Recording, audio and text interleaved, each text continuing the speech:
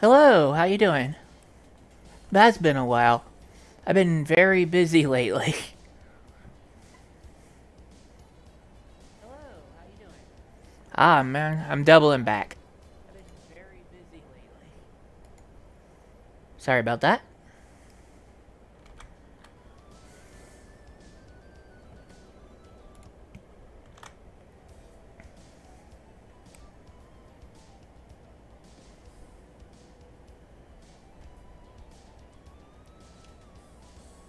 Oh, got a couple of more people popped on.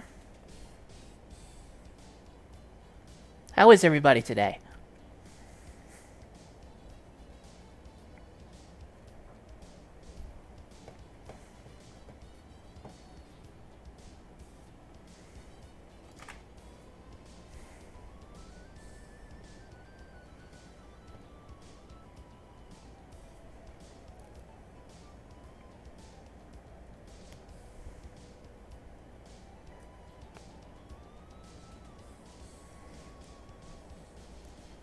All right, so I've officially got a 2 hour slot. I'm probably going to stick to that because I've got some work I need to get back to.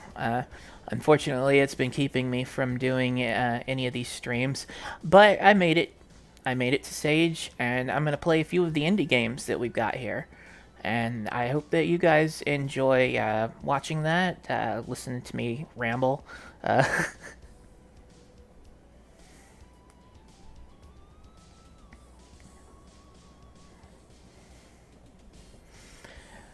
all right, let's see what I picked up.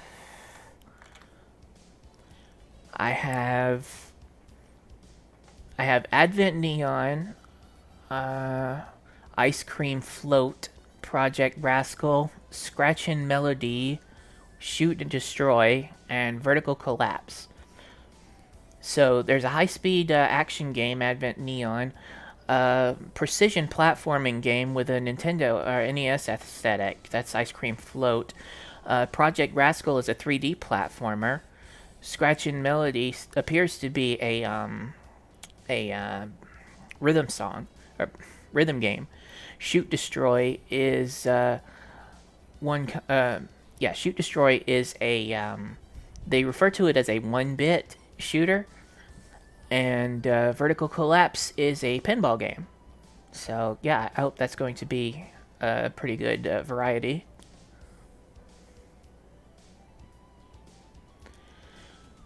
Will you know what I'm working on soon? I don't know. That really depends on several things.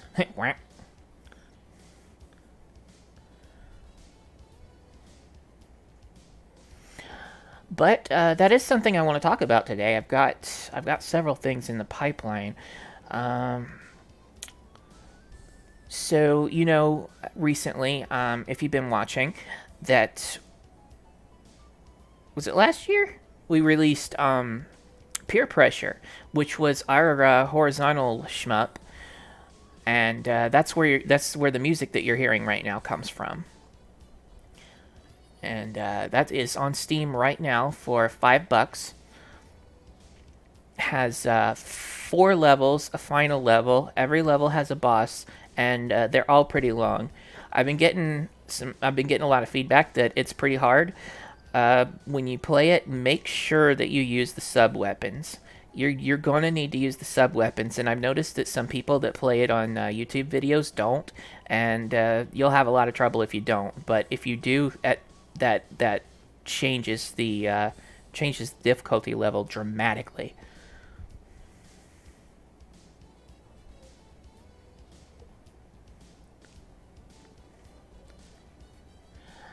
And aside from that, we've got several ideas actually for games to produce from Headcanon, and some of them you may already know. One is Fantastic Franklin, which was something that we created in 2013 for uh, Ludum Dare.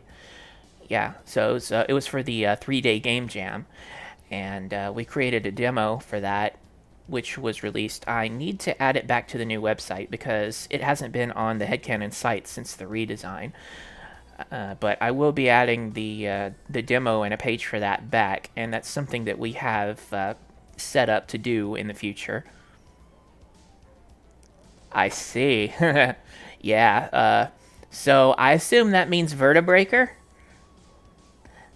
Yeah. So very very slowly, Vertebreaker's picking up some popularity. We didn't really get the word out very good, and the Kickstarter kind of came to a crash.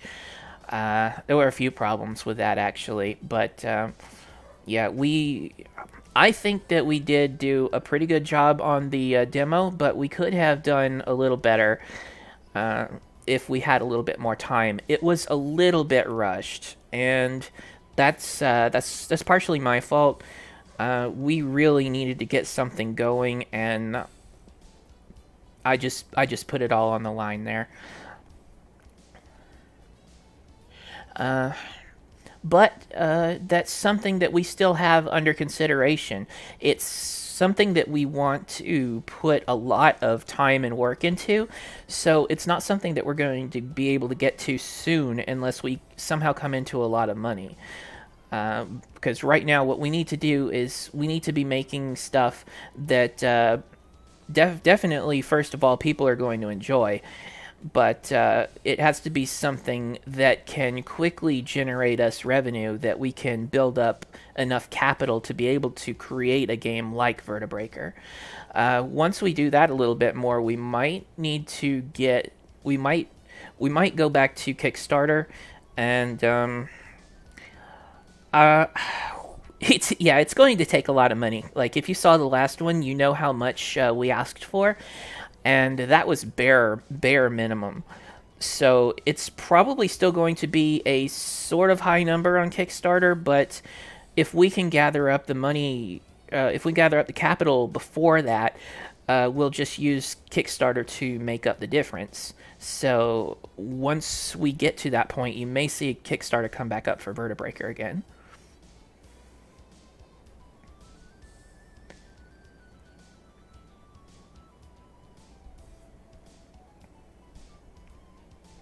Hey Remy. Yeah, there wasn't really much integration with Kickstarter in Sage previously. This year, it seems like there is a link up front when you go to the booth.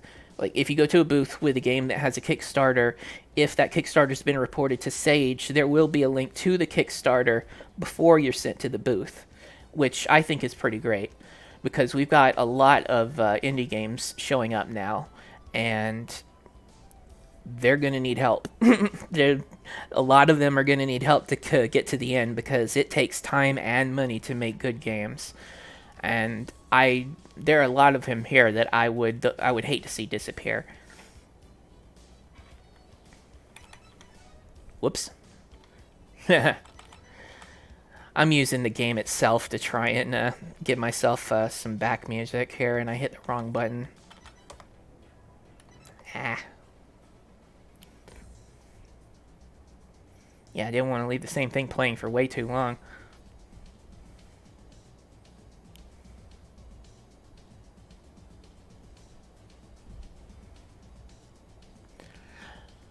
All right, and so on that note, since we've got so much interest in becoming indie developers going on right now, that's another thing I wanted to talk about with Headcanon, is we want to help support the indie development that's happening right now.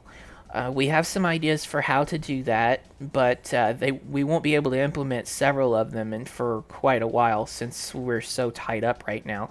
But we want to find a way to help out with this, and one way that we're going to try is to partner with some of the indies that we think have some really good stuff that we can help to publish. Now, this won't be like a big name publisher in that we don't have the money to pay up front for the publishing, but what we will do is we will manage your game on platforms like Steam, the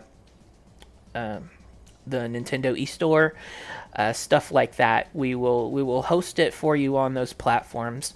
We will we will help to in some ways produce the game if that's something that you would like. We will we will port the game to certain platforms. Something that I haven't made public yet, but yeah, why not? I have been approved as a Nintendo Switch developer.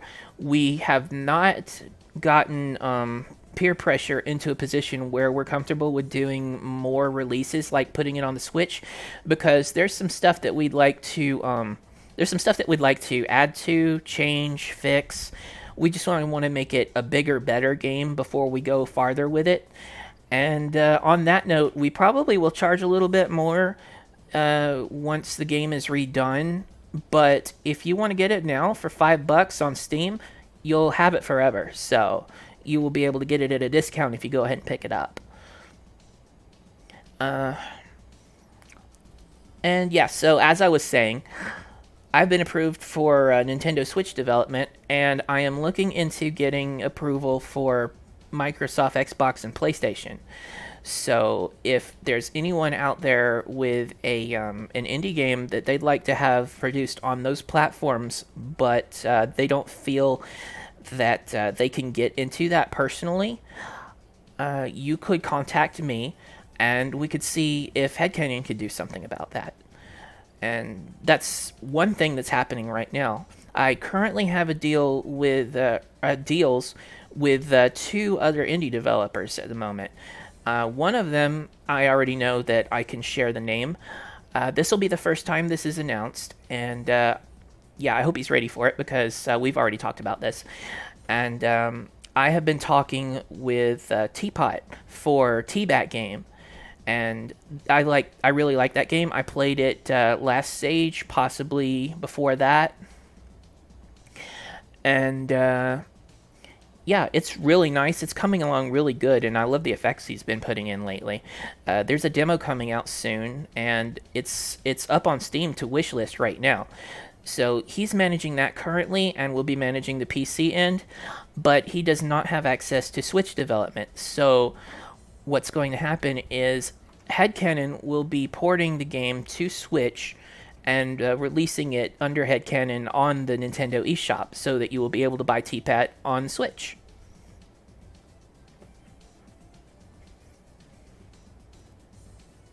And that pretty much answers one of these questions. Is this just for games that use this engine? No, it's not. Any game that uses anything that already has export to the Switch will do that. So GameMaker has Switch export. That's if you buy a license to the Enterprise Edition. So that's something that I'm hoping is going to benefit some people if they come together under the Headcanon Publishing. We won't have to have a whole bunch of people picking up personal licenses for the Enterprise Edition. So we can get some of your stuff out to a larger audience and put up on consoles and stuff. So that'll be Game Maker 2, Unity. At the moment, I'm not entirely sure which other ones support it, but I am absolutely prepared to look into that. And I already have gotten myself acquainted with Game Maker and Unity, so I have a pretty good idea where to go with that. We haven't done one yet, and we haven't started on TBAT yet, but that is something that we are definitely getting into and want to help people out with. And yeah, at the moment, TBAT is going to be the very first outside indie that we release, and actually the very first game published by Headcanon on the Nintendo Switch. Since, as I said, we've got to take some more time to get some of the stuff that we want done to peer pressure before we port that over.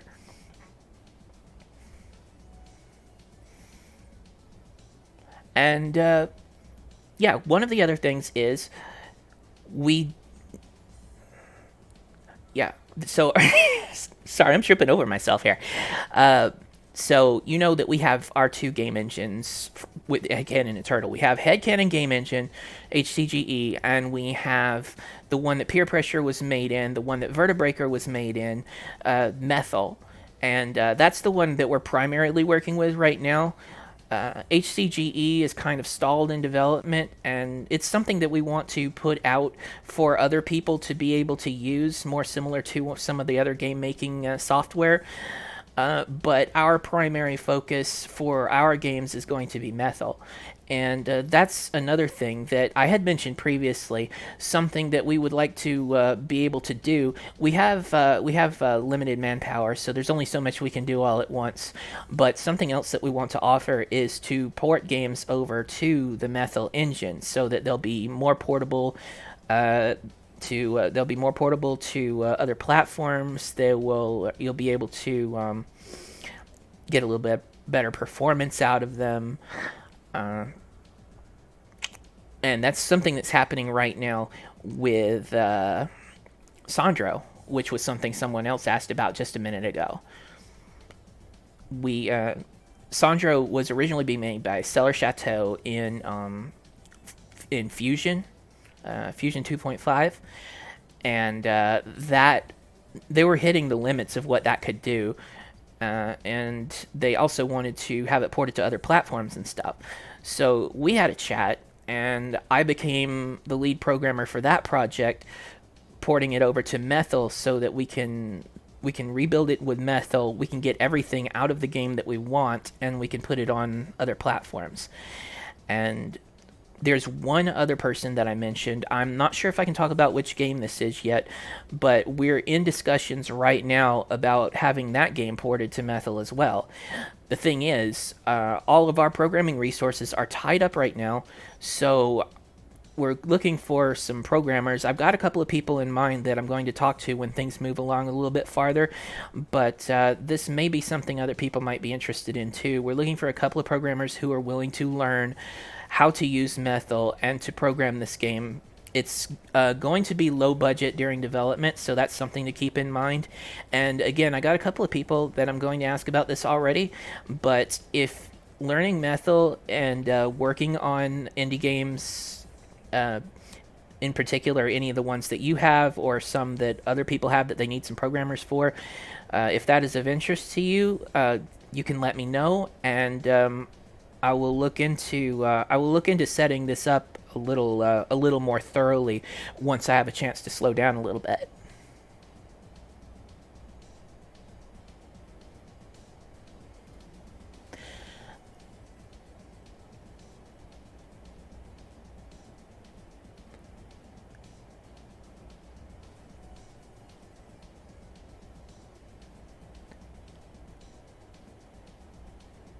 Hey Daniel, I have not played that yet. Uh, all right, my name boy Alpha Official. My game is 3D. It uses a modified Quake 1 engine called QBEGEFBR. Well, that is probably something that can be ported over. If the base engine doesn't already have a Switch port, it's going to be more difficult than doing anything else. So that one is something that will require more resources and probably will take a little while longer to get around to. But absolutely do let me know more information about that if you want to look into getting it ported to the Switch or anything. And please keep in mind this is all indie games. Can't do this with any of the fan games. Sorry. Yeah, this is for the stuff for people who are creating original games. And I have talked for 20 minutes. I hope that you guys are all right with that. I apologize for taking so long. Uh, but yeah, I had some stuff that I wanted to get out there about where we're at with Headcanon and what we'd like to be doing, and we'll be talking about that some more as time goes by.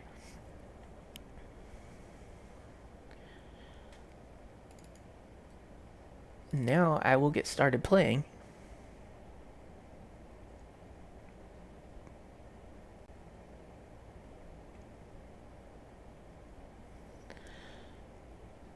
Can the game be ported, published free of charge? Well, there is a little bit of a charge for it at the very least. How much it will cost to get the game ported over and published will be entirely dependent on how much work there is on Headcanon's side, and there will be a base percentage that Headcanon will have off of the top of the sales, but it won't be very much because this is your game, so you will be getting the vast bulk of the of whatever income comes in from it. But to do the publishing, Headcanon will take a small percentage, and that's something that we will discuss when we start talking about what your game is, what you need Headcanon's involvement to be. We'll figure out how things will go from there, and we'll determine how much of a charge there will be on that.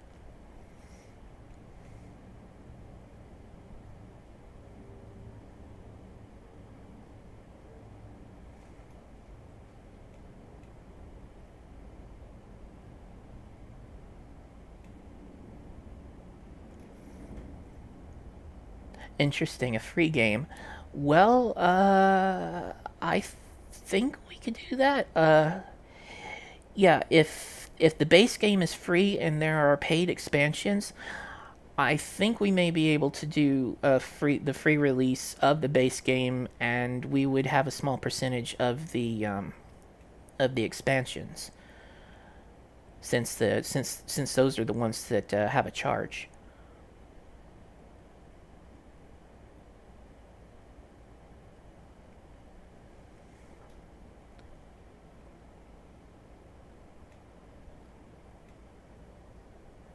Outclass. I almost feel like I've seen that one before, but I'm not entirely sure. I apologize. Yeah, I haven't had a lot of time to go and look at a lot of stuff yet.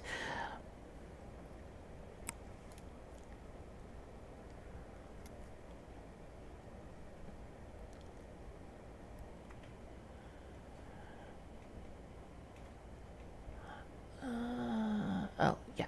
Okay, so for anyone who is interested in this stuff, and it sounds like some people are pretty interested, there's the links up at the top corner of the page right now, the stream. So there's a link to the Headcanon website. Uh, from there, you can find an email link, which is inquiries at headcanon.com. And there's also a link to join our Discord, where you can talk about stuff that we're doing, stuff that we've done before. There's a general chat in there. There are a whole bunch of Sonic fans. It's not a Sonic server, but there are a whole bunch of Sonic fans in there. Unity 3D games, yes, that would be something that we would consider.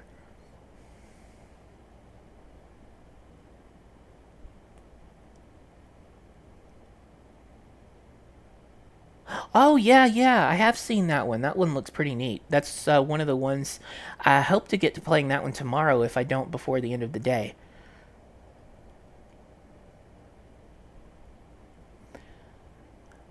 As I said, if there's something where the engine is completely open source, if it's not already on the Switch or whatever platform you're looking into, we could have a look into porting it to that platform. It's just going to take a lot more resources than if the engine already had a base port to that particular platform.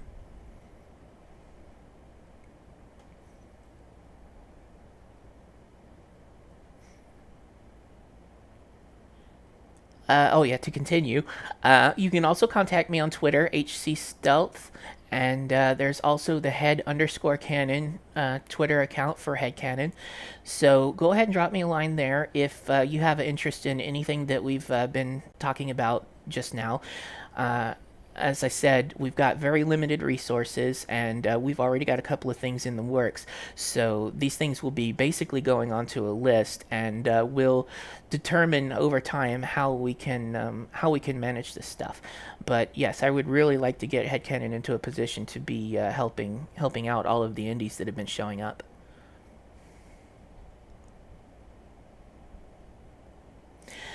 You need the official Nintendo tools. DevKit Pro is not supported for release stuff on the Switch. So yeah, to get your stuff released on the Switch, you absolutely have to have a Nintendo developer account, and you absolutely have to be using the official Nintendo dev kit.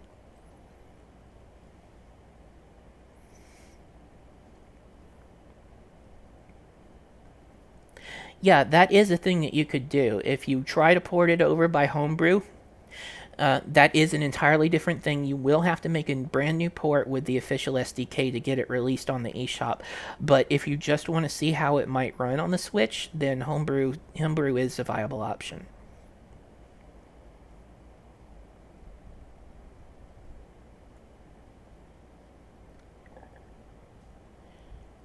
How did I port EO2 to the Game Boy Advance? I didn't actually, unless you mean the 3DS. And for that, I used DevKit Pro.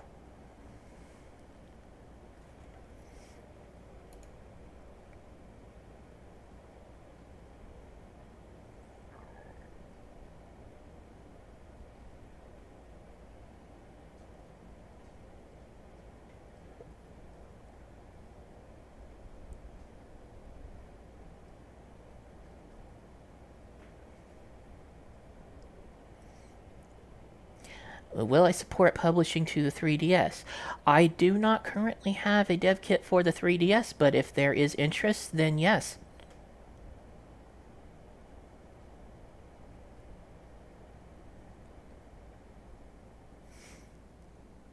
The thing is, the more interest there is in a particular platform, the more likely and more able that we're going to be able to do that. And some of the really expensive dev kits, like the 3DS, I might need a few other people to be on board with doing that before I can put down the amount of money that it would take to buy a dev kit for the 3DS. Because really, we do need to be able to make back any investment that we put into this. So um, yeah, we would have to exceed the cost of the 3DS dev kit in sales to justify having it. But it is something that if people are interested in, I do want to look into. Hi, Meet Meet.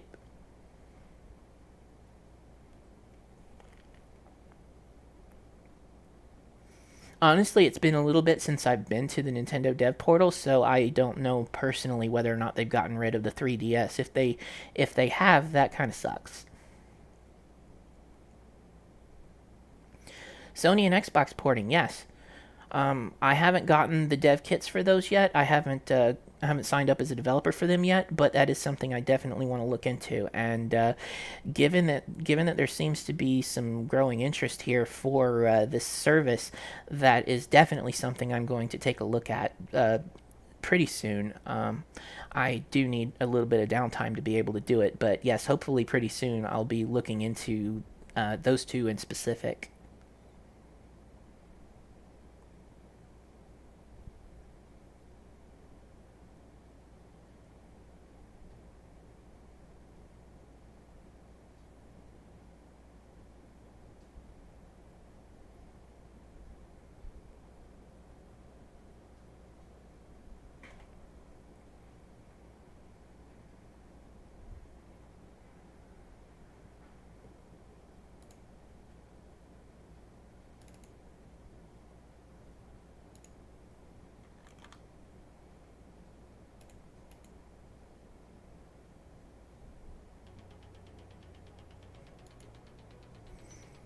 PS3?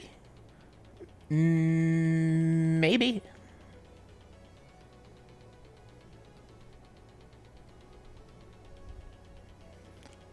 Sure, well, let me know. Yep, I am just starting them up right now. Let me get the visuals on this one.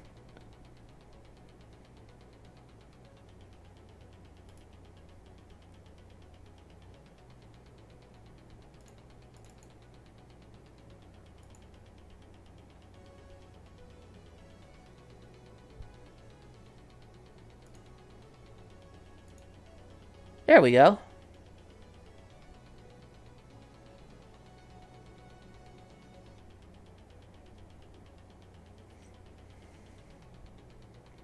I'm unsure about Game Maker Studio 1. I'd have to look into that. If it's possible still, it would be something that it would be something I would consider.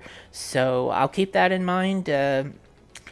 If you have the time to look into how well that supports the Switch, check that out, and do please let me know, because you may be able to look into it quicker than I can at this exact moment.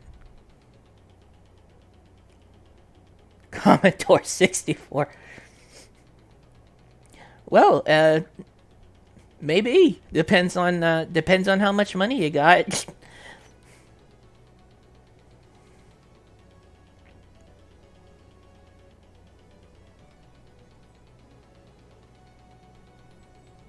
Hey, Indigo Rush. I'd love to look into the Commodore myself too.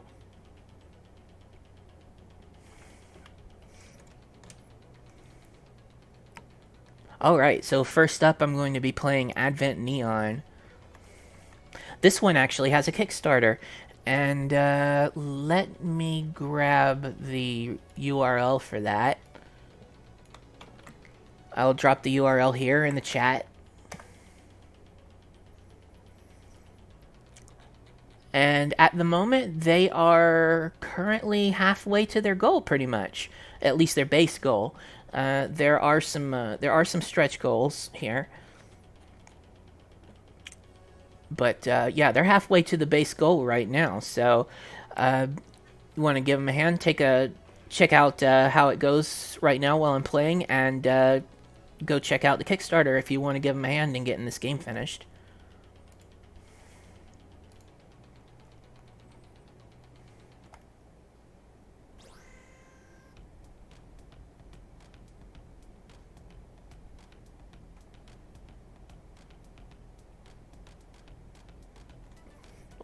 What is happening? Oh, I lost the window somehow. Oh, you can check out the Kickstarter right in the game. It brings up a there's a menu option in the game that'll bring up a window for the Kickstarter.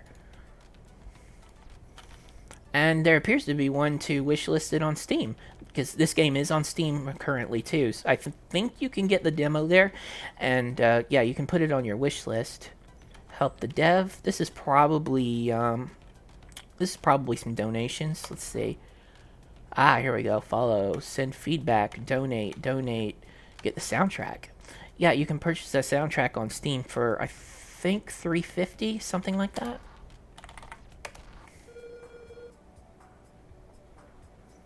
Oh, right into the story. Alright, kiddo, you in? Nope. Ha, great. This old sim still works. We're gonna go over the basics one more time. Don't fall asleep on me now. I mean, it is pretty chill in here. Okay, so we use the WASD keys to move. The arrow keys can move too, also.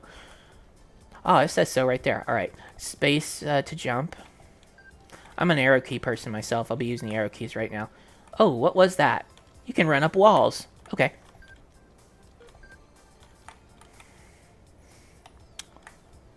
That was pretty smooth. So, pretty intuitive so far. Don't you think me being in the Vaporwave... that's why I made it Vaporwave. Aw, man. Speaking of Vaporwave, you guys see?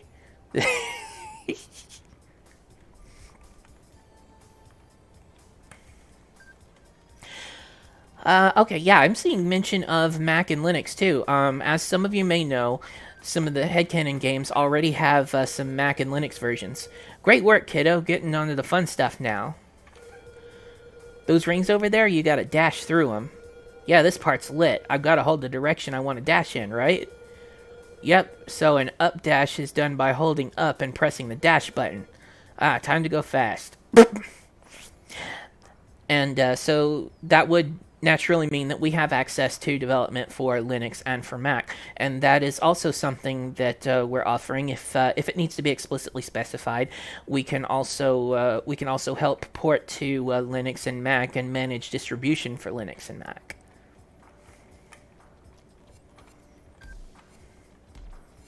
Ah, there we go.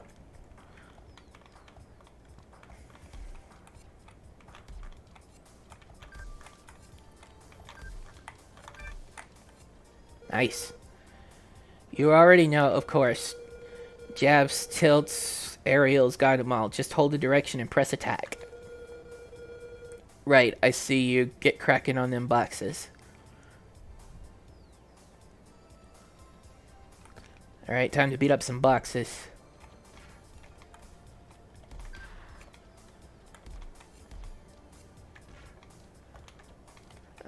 Alright. Might take a little bit to get used to the order the controls are in on here.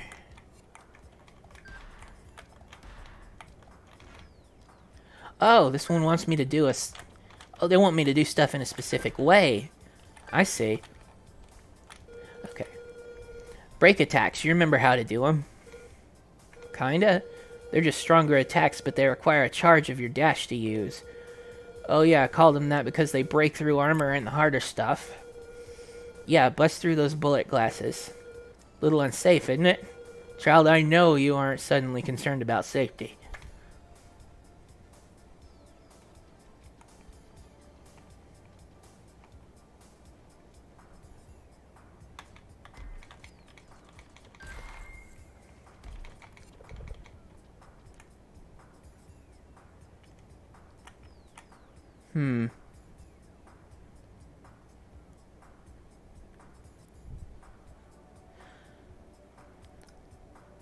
Let's see. Post says the aspect ratio is a bit off.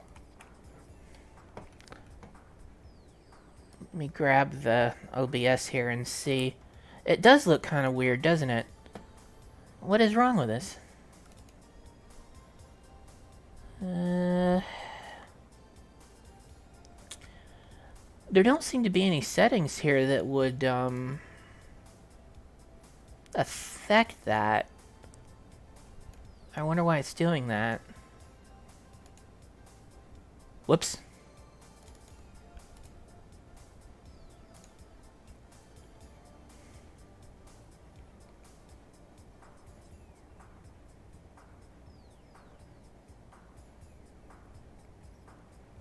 Yep. For someone who has the experience with platform programming already, you could get a virtual machine or have a native Linux dual boot and get that going. This is just an offer for those who either can't or don't want to bother.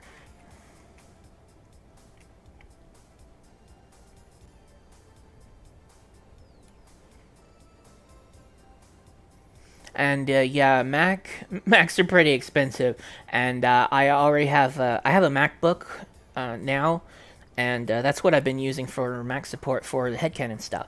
So I would be able to use that to do any stuff necessary for the Mac.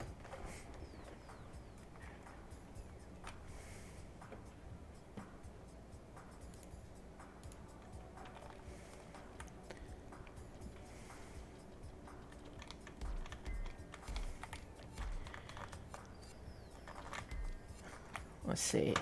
So I'm supposed to charge.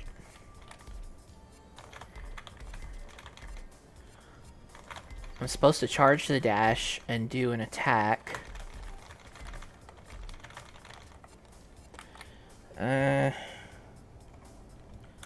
Oh, V. There we go.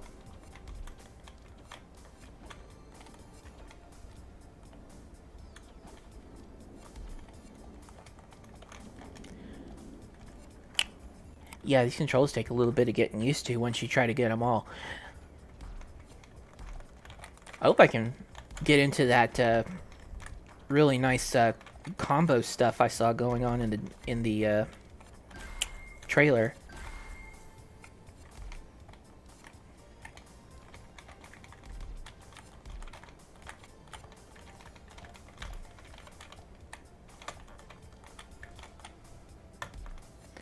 Yeah.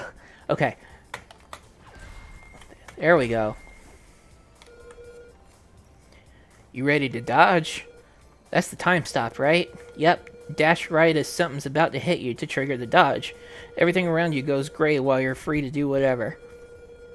Attacking during this time does a stronger break attack for free. Think of it as a counter attack. Try dodging those harmless bullets and then countering to break the blowers. Zawara, don't make me stop pirating ancient anime. Alright.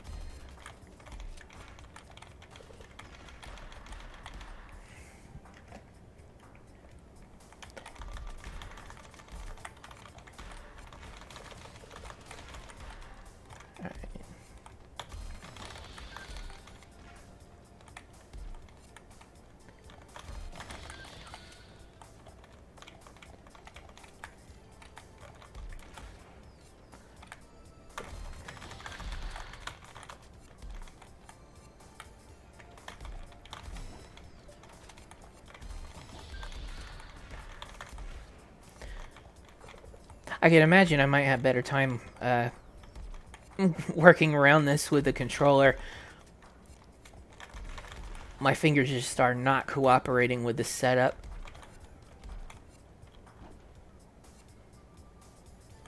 Come on.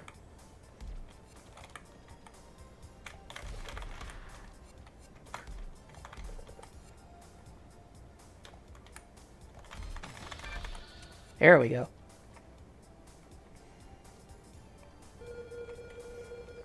Alright, this is important. Resonance.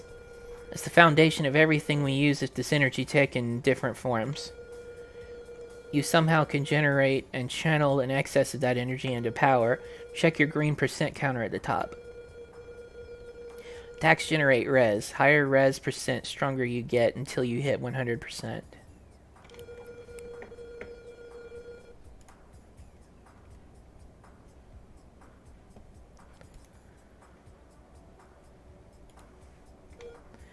Hype.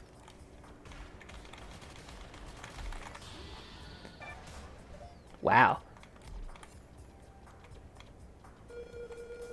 How you feeling this time?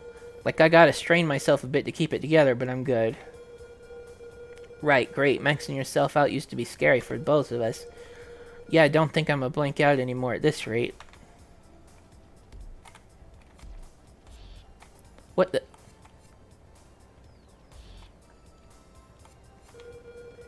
Whoops, that definitely had to be a glitch. A glitch, he says. Hey, it happened. Spawn some nodes here. Get 10 of them to heal back to damage. Oh, okay. It's like, what the... I'm gonna be eating these green corn chips a lot, I guess. These is crystallized resonance energy. You can't eat them. Says who?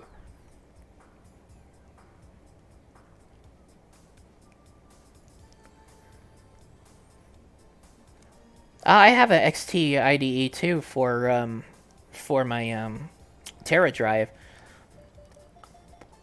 I haven't had a chance to play around with that a whole lot, but it's pretty neat, and I'm really looking forward to when I can spend some more time with it. Outstanding work, kiddo. Hit up that goalpost over there, and we can get to the real deal.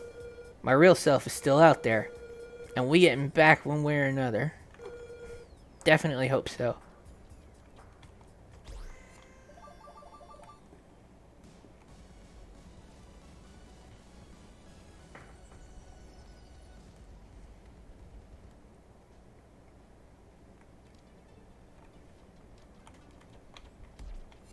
A cool hub world.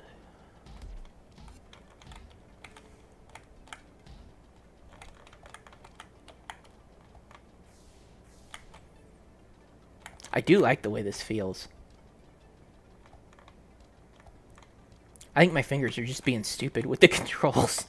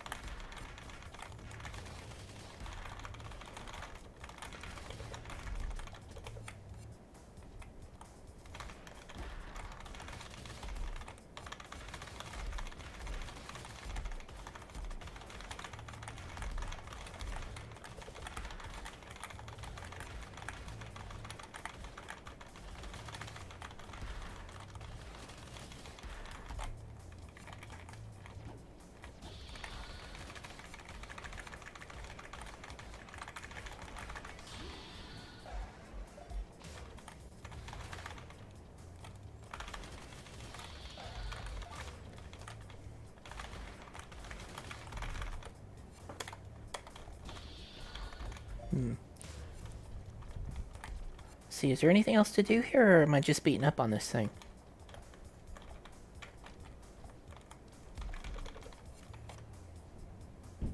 Oh! Okay, yeah, it looks like this is just another test area. Yeah, training room.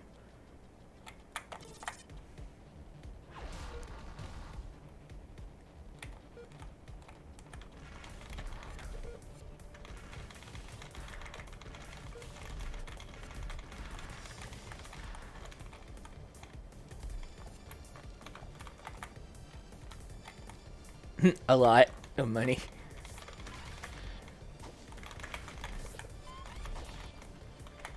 Ooh. I'm gonna have to get the timing on that.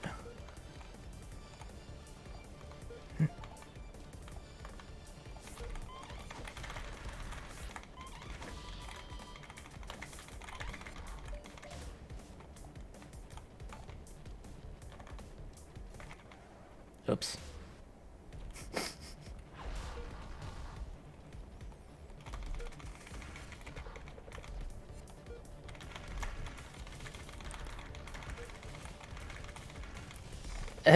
I'm barely doing damage to these cars.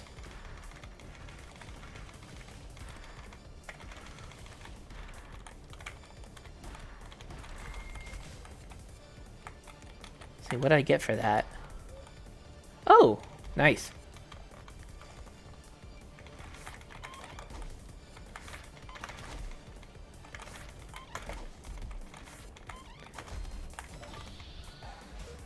I got one.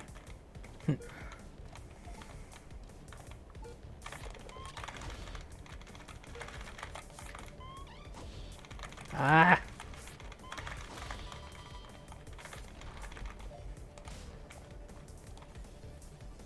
Oh, I thought I was going to catch the top of the wall.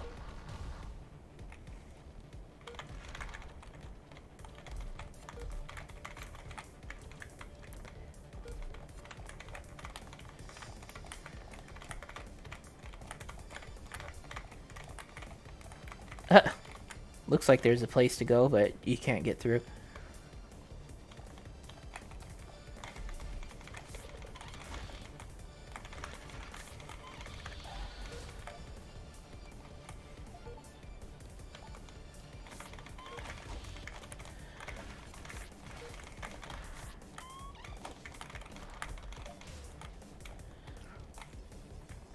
Alright.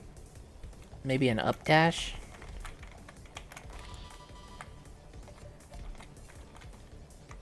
Oh, it's a... So you're forced to take a hit there? That's a little weird.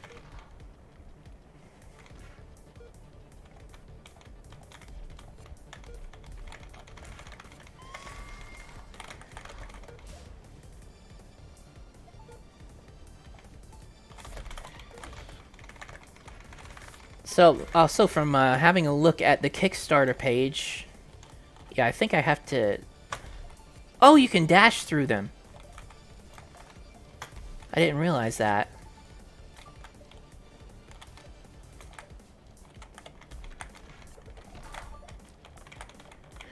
But, yeah, having a look at the Kickstarter page, it seems like this whole thing was done by one person. The graphics, the graphics, the sound, the programming.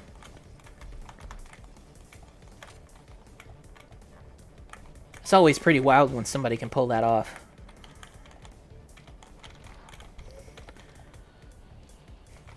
Like for me, I'm pretty sure I have the programming down, but I am no good at art, and I haven't really done much with music either. That's why I got the rest of the team. Oh.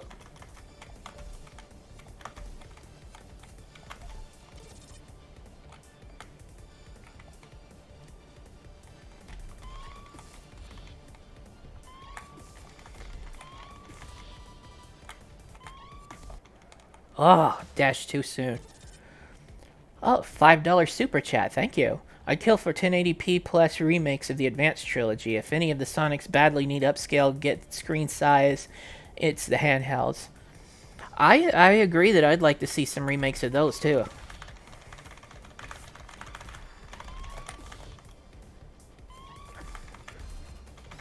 There we go. Mines.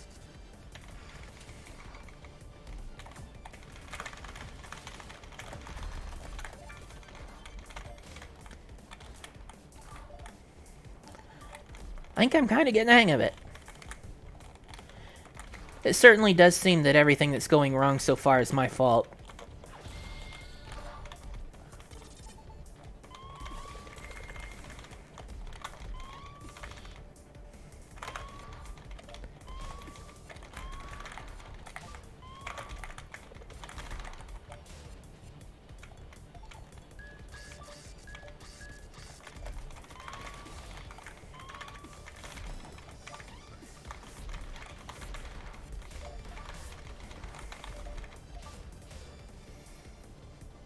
That might have looked like I knew what I'm doing.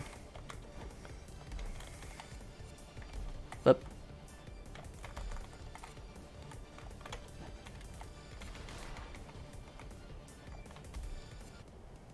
ooh, boss. I'm gonna get my...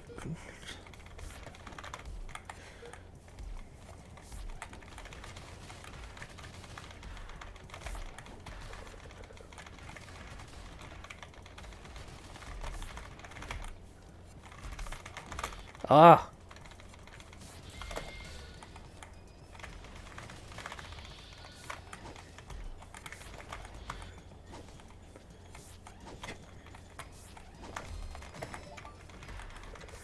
Completely missed that free hit.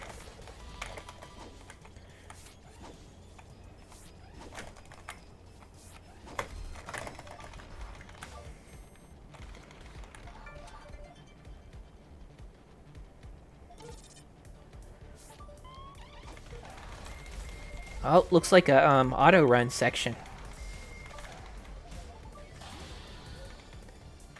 Oh.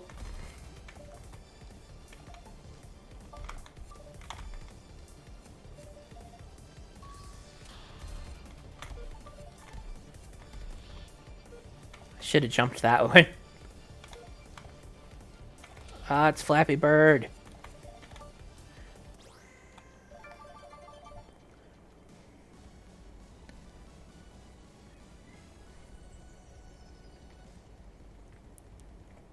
Oh, another $5 super chat. Thank you very much. That said, I'm also super pumped about the amount of high pixel art that's come out in the last couple of years. It ages so well and captures the nostalgia.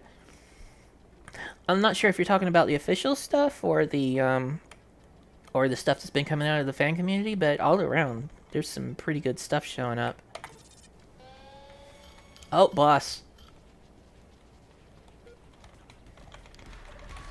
This one is not going to go well.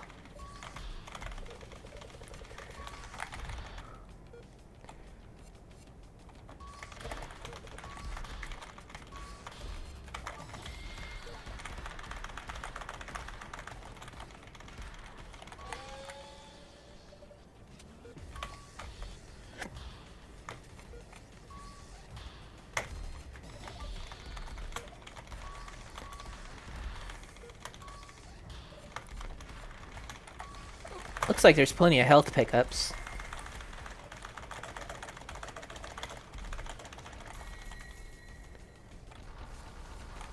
Nice.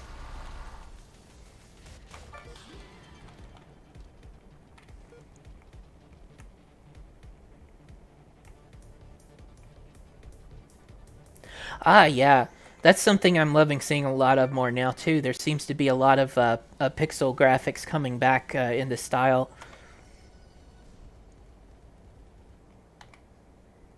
I really like that a lot more people are starting to see the merit in that again.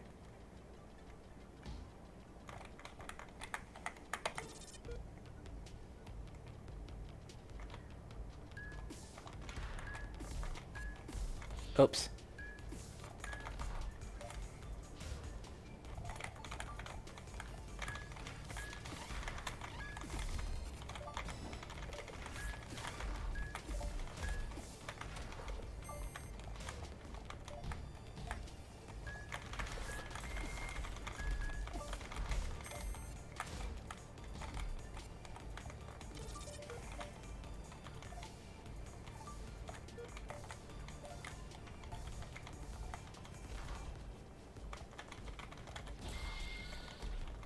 Uh-oh. I bet that's death. Ow.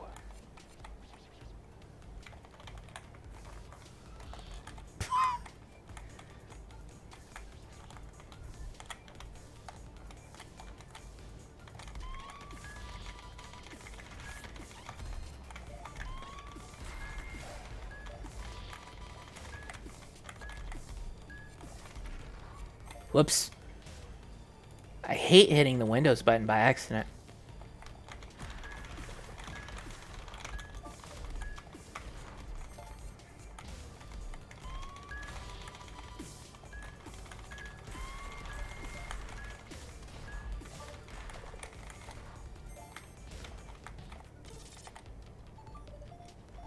Yeah, I'm getting into this.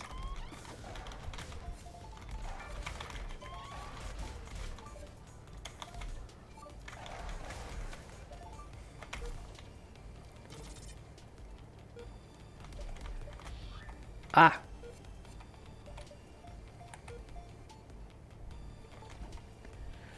Hey, Stealth, how exactly do you get to participate in Sage? Do you go to them or do they go to you? I wanted to push my luck and see if I could make a logo for them. Well, it really depends, on, what you've already got going on.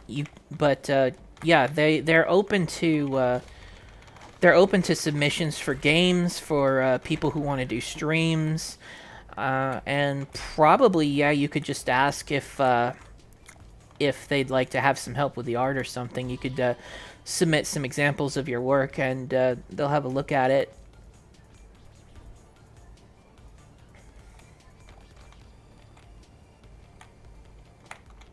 Ah! What am I... Oh, I'm supposed to...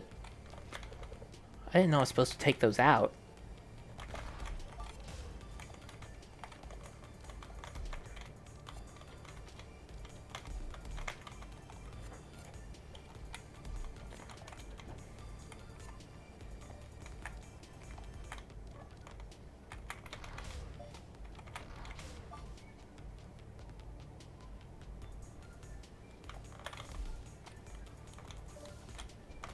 Ah!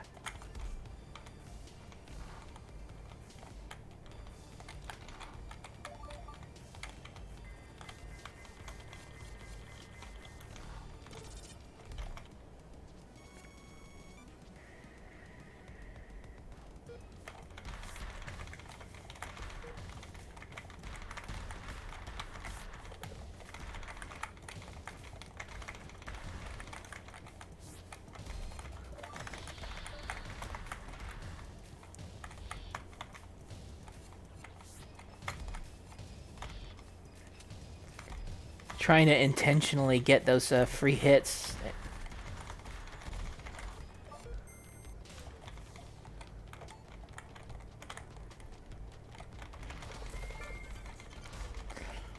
This is... Whoa! Ha!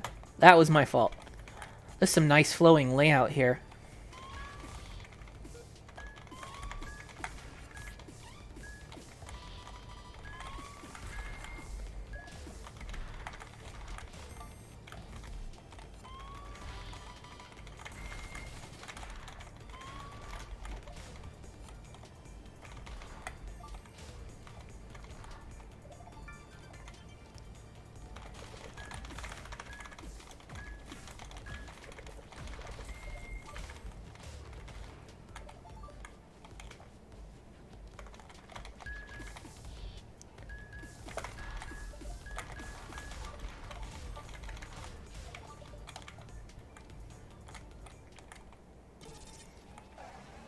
Yeah, I don't know how long this is... Whoa. Been in development. This is really impressive for just one person. Ow.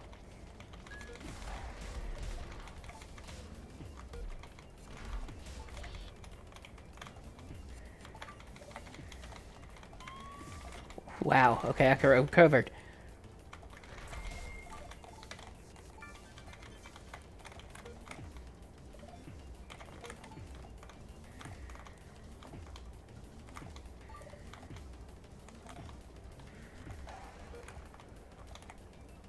Whoops.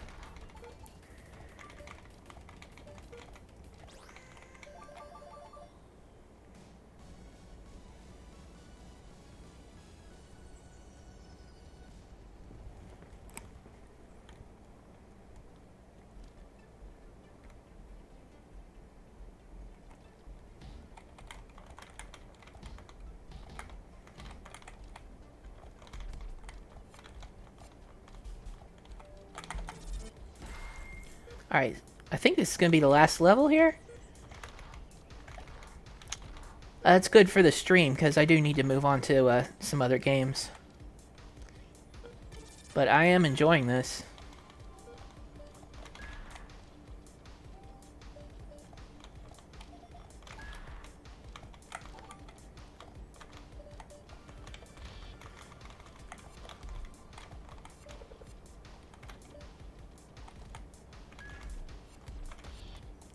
I think I'm getting pushed back here?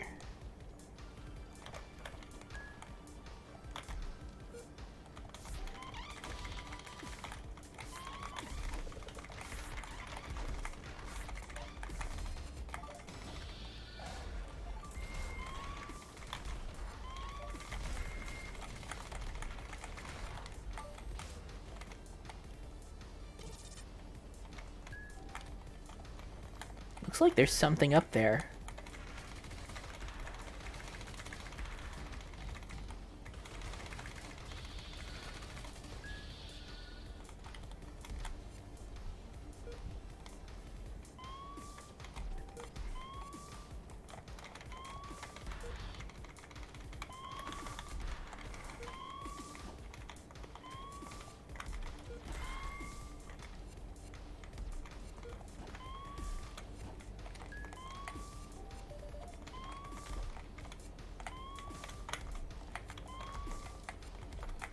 Oh. Those conveyor belts are a little hard to tell that you can't pass through them. They blend in with the background a bit much. That's something you really need to watch out for is color contrast between the stuff you can and can't go through.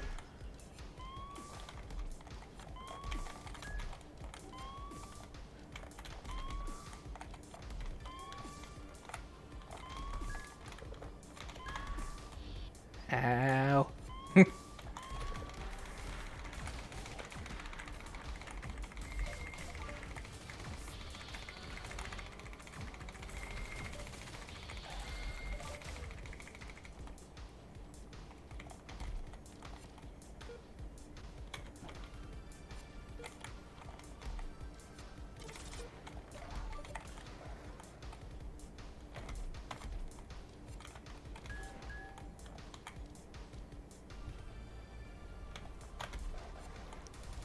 I like that too.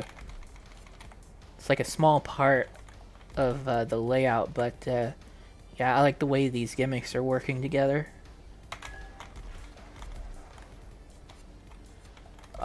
Oh, I know what I needed to. Okay. Oh, I thought it was going to crush me.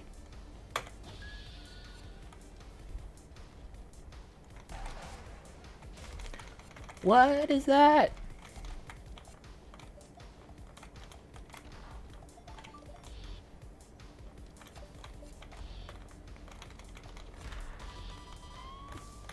I'm not gonna make it, am I?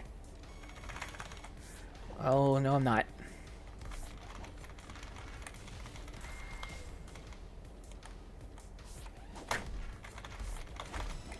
There we go.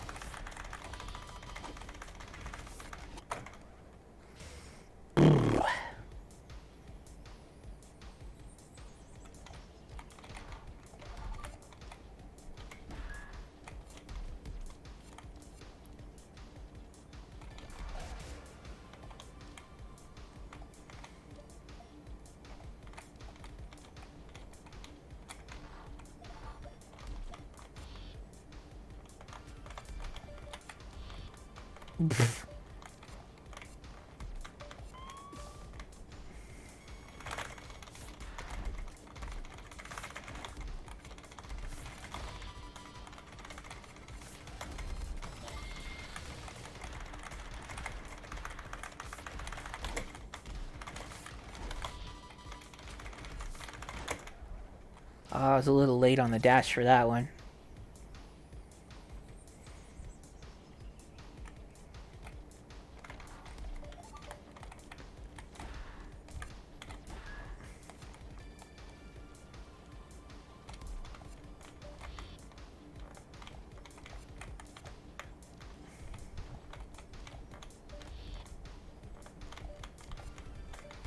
Oh, I didn't notice before. If you hold the jump button in midair, you get just a little bit of you get a little bit of hang time.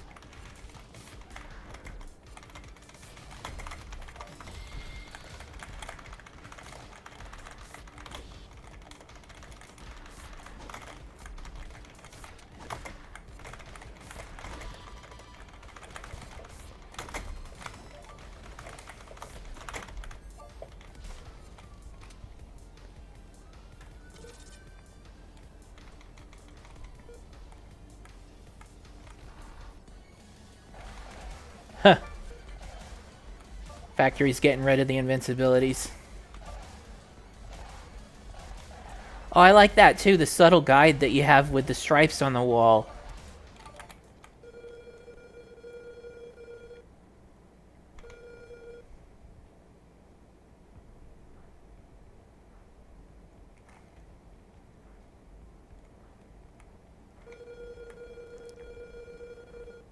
Serious business now, kiddo. Gotta go through this. Don't worry about it. Thrashing robots is the farthest thing from boring. Ah, glad you think so, but just please be careful. Of course.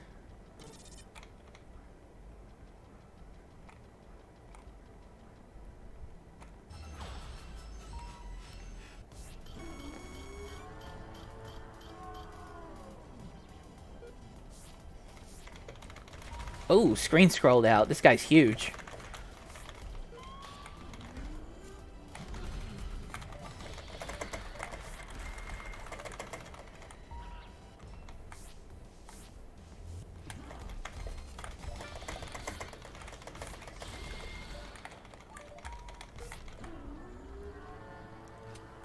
Huh, huh.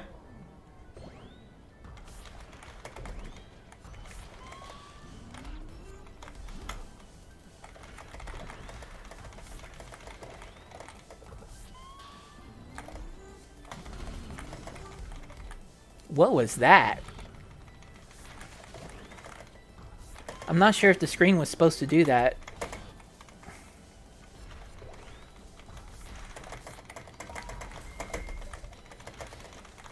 Oh, phase 3, I think. Yeah, I think the screen bugs out a little bit when that happens.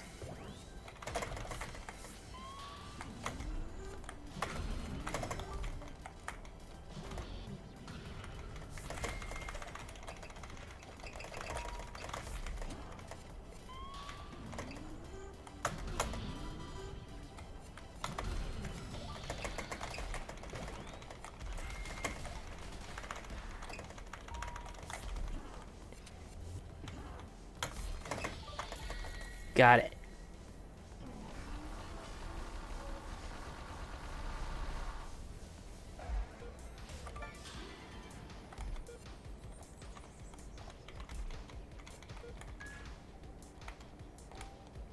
They'll need more than a screaming ball to stop me. Shiny orb. Break it. Huh. That's our target, the reactor for this district. All the robots from the district will go down once you break it.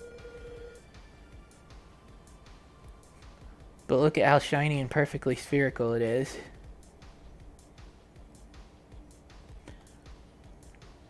But when the screen squashes, I thought the other times that it squashed that was on purpose, but this time there was stuff that didn't follow directly with the screen. So was it a bug every time? Small price to pay, kid.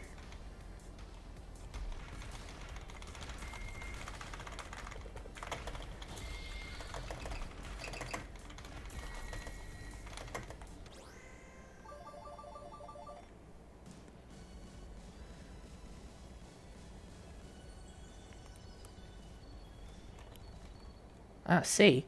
I guess I didn't do that bad.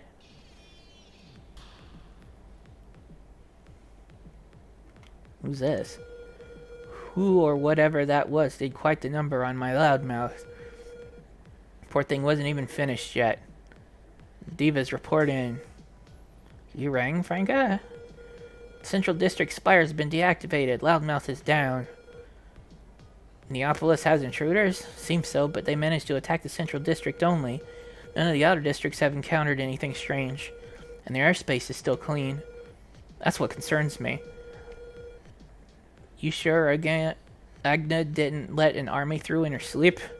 Wouldn't be too surprising, honestly. Hey, I'm only asleep because we're waiting for a threat is boring.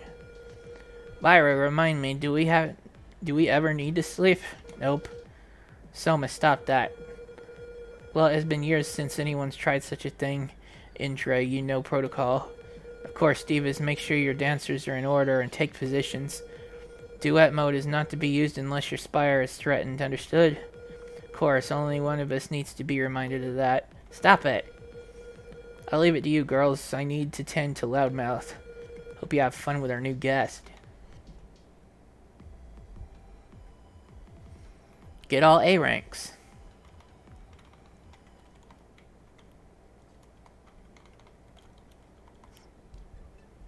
Well, I don't think I can right now. But, yeah, that was very fun. Now I better switch off to something else, give another game a chance. Alright, that was Advent Neon. And again, there is a Kickstarter for that one. Do I still have that in my copy paste? Yes, there it is. Okay. So, again, just in case, there's the Kickstarter link for that game. Very cool. Alright, the next one is Project Rascal. Looks like this one's a Unity game.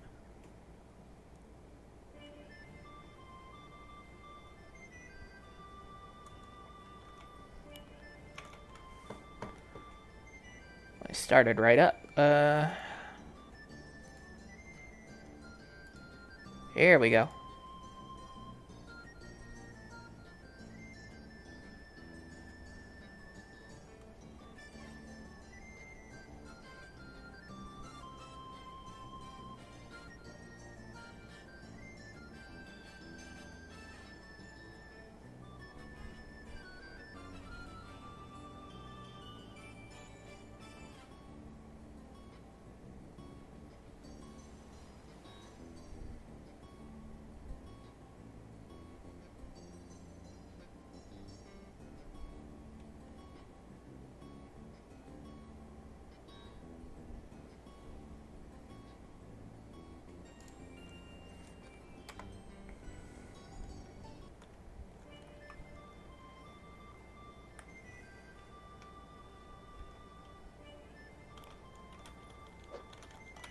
Alright. So we're always starting with a tutorial here. That's pretty good. Alright. Space or A to jump. Double jump. Oh, he's got kind of a floaty jump. Alright. So I'm using the elastic keys. Dash forward by pressing E or X while airborne. There we go. All buttons can be rebind on the options menu.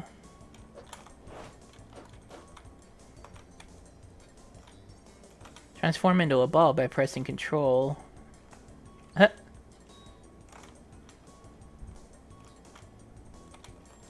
Alright.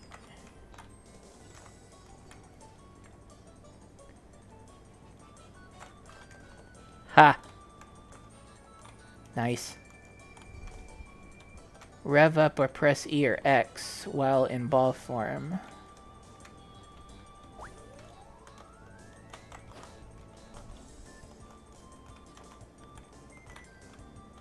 Maybe I should have had a controller ready for this one.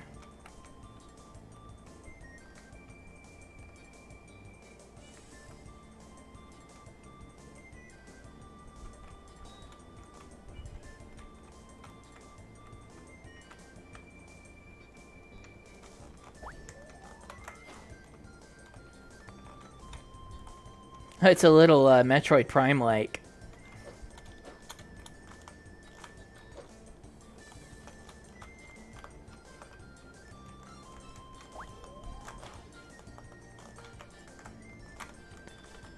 Did I get turned around? All buttons can be... Yeah, I got turned around.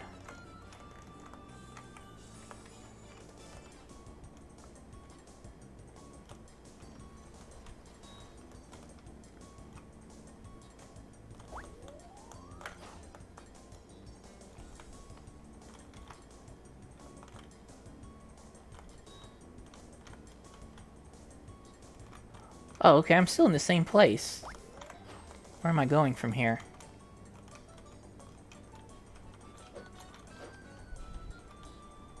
Alright, that looks like something.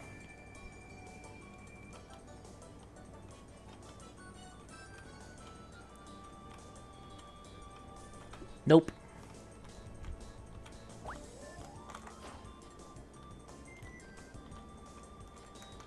Oh, I'm supposed to get up there somehow.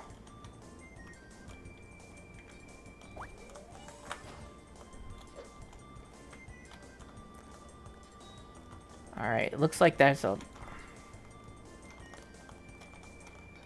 yeah, I should have plugged in a controller for this one.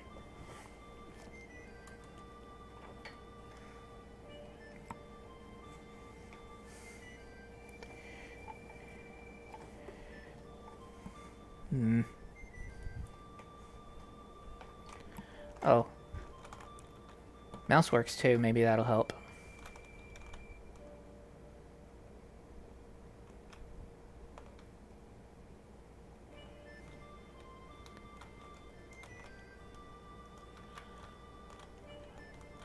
Alright, I'm supposed to launch off of this ramp up to that.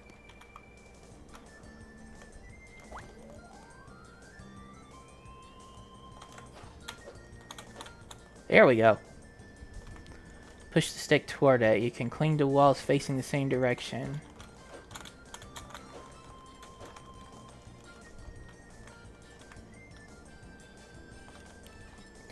To kick things, press Shift or B while airborne. Neat. Rascal can ride enemies by pressing E or X. You can use space or A to dash and destroy enemies.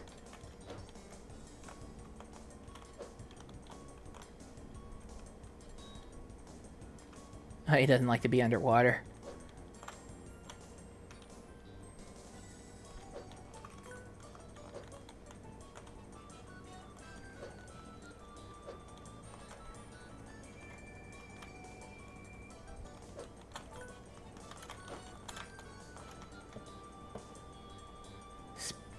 Space or A to dash and destroy enemies. That's kind of weird since A is one of the movement keys. E or X.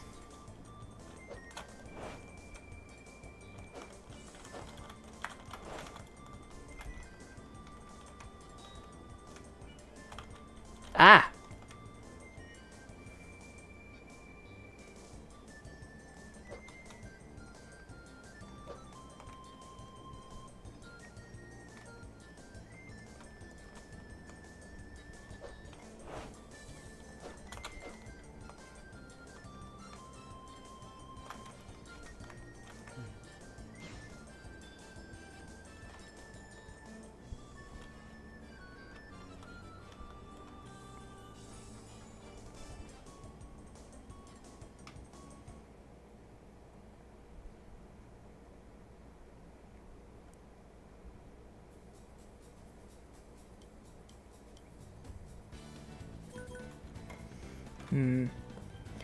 Yeah, this deserves me to play it properly, so let me get a controller in real quick.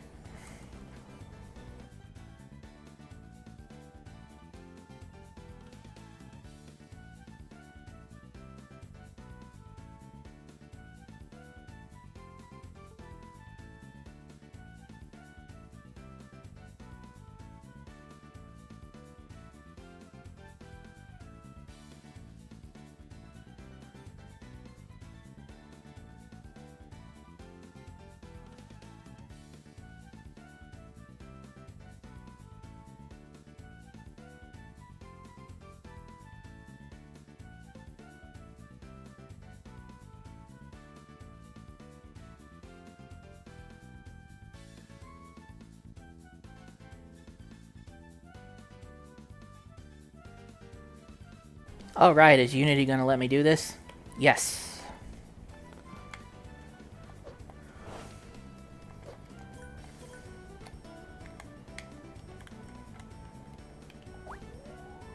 Yeah, that feels a lot better. Let's see, what was the attack?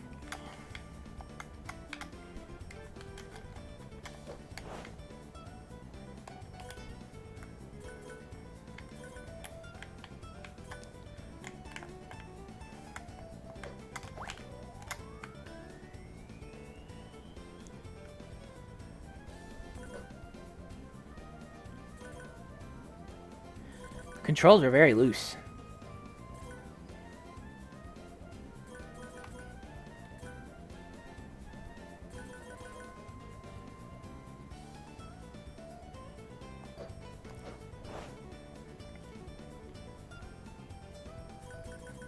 Alright, so it looks like there needs to be something attackable nearby for me to actually use the attack. I thought maybe I could open up the treasure chest or something.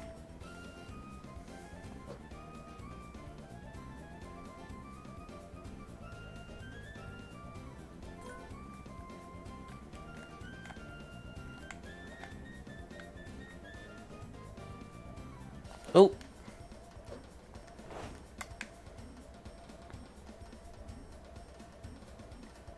I gotta jump off it. Okay.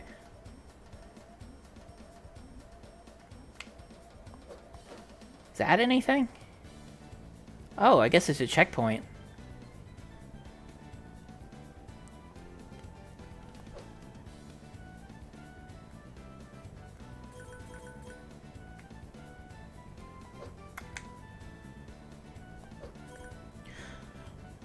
I guess I don't seem to be having that much trouble with it, but I feel like the controls could be tightened up a little bit more and might feel a little better. Maybe there could be a setting or something for it.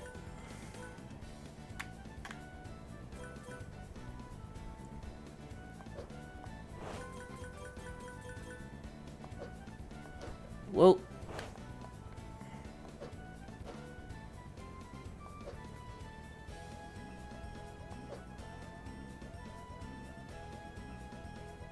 Alright, I think I'm getting a little bit lost.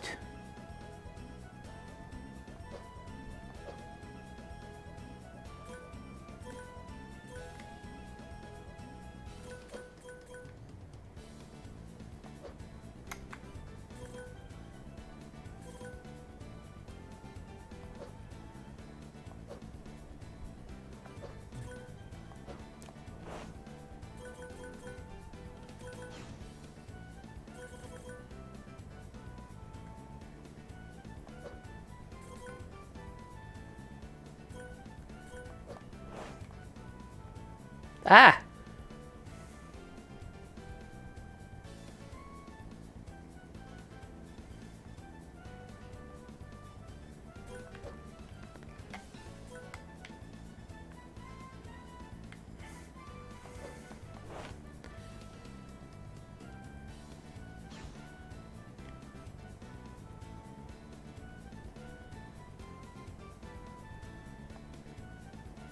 Oh, I should have jumped that one.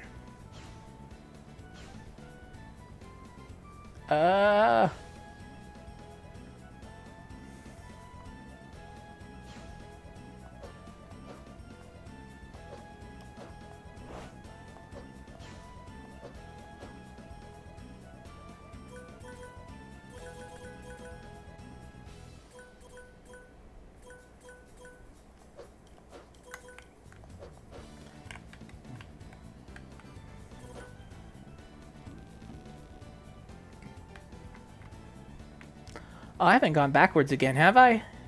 Oh, no.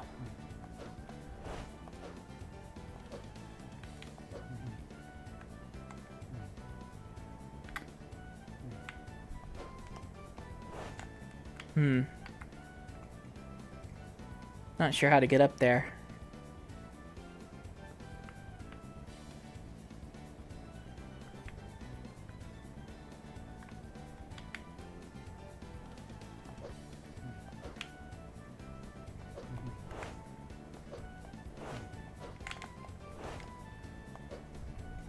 Oh, maybe I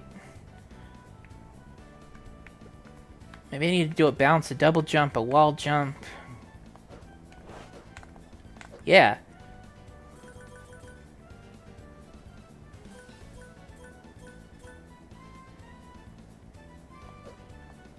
That's something I'm noticing too. There really aren't any enemies here. Is that intentional, or are they... Is it just because this is a demo?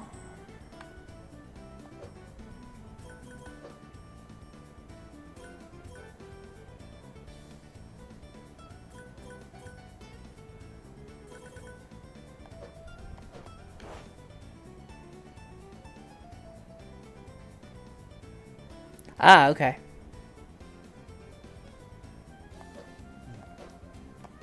And that's a fine thing too. It's good to have. It's good, still good to be able to see how the game's going to play.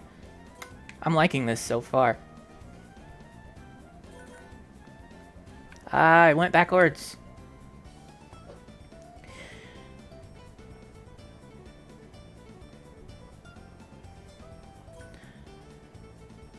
Yeah, I think the two critical comments I would have at the moment would be, I think that that the either the controls should be tightened or there should be a way to tighten them up a little more so that you don't go wild on turns. And other than that, it was just I'm getting lost easily, so I think that there kind of needs to be a few more hints about where to go at certain places. Like, not something overbearing or anything, but something subtle. Unless I'm just completely missing it.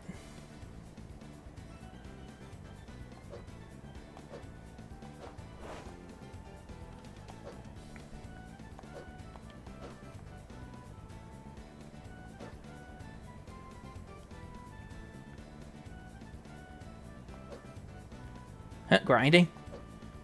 Uh, ah. Ah, what's happening?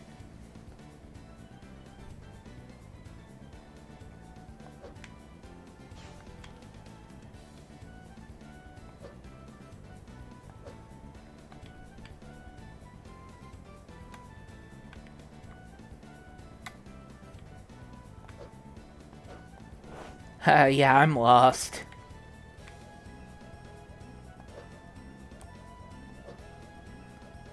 Oh, there's a way I can go underwater.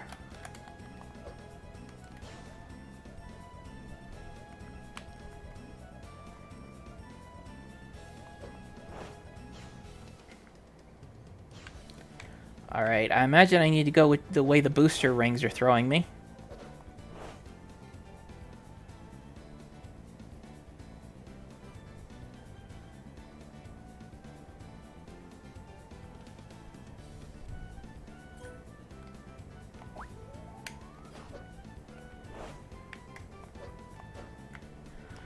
Alright. Bounce. Double jump. Oh, I went a little higher that time. Yeah, it was so complicated to get up there the first time that I feel like what I just did is what you should do, and it seems like it's not so easy to trigger it.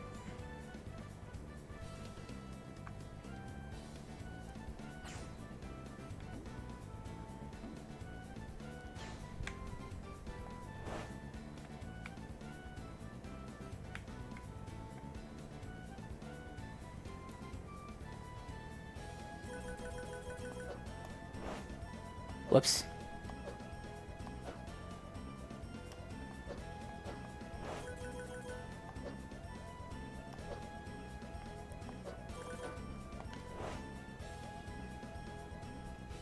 That did feel good, what I just did there.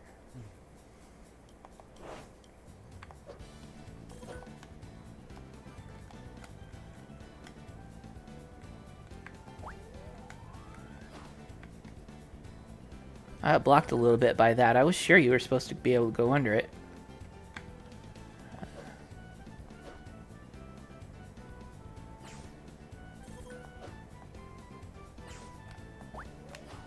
Ah!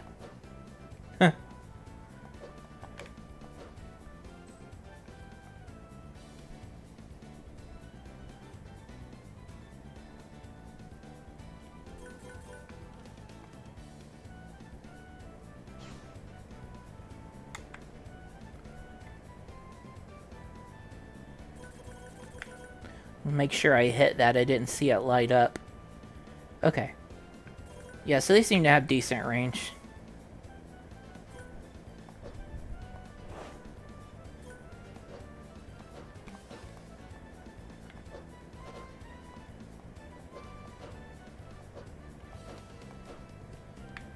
Okay, good. I did want to see what this gimmick does. Huh.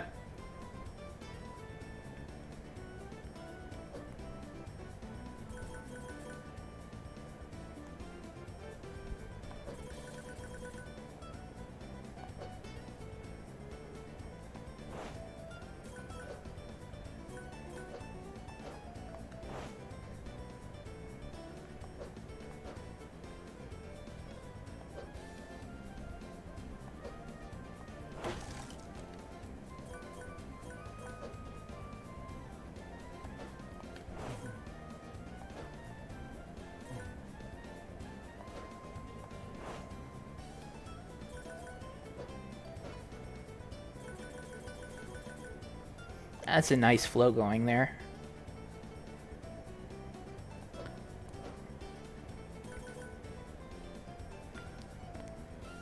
The parts of this layout do seem very good. Like what I was going through here, I like how you can vary where you go, and you see what looks like the next area coming up, and you can just like course correct pretty easily.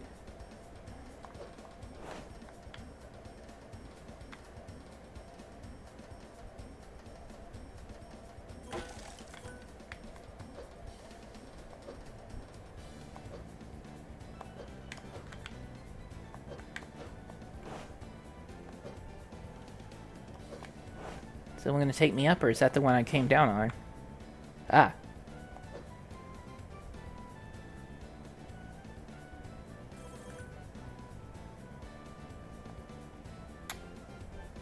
Nice. So I think something that would help would be some more obvious landmarks, like some gimmicks very specific to one singular location, or some shapes or color patterns that are unique to certain individual places. Ah! Got a little loud on me. Okay, so I've got a Patreon. Let's see.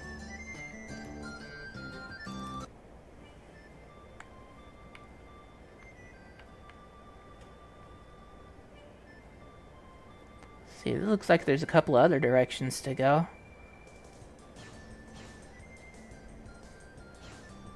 Oh, practice ranges.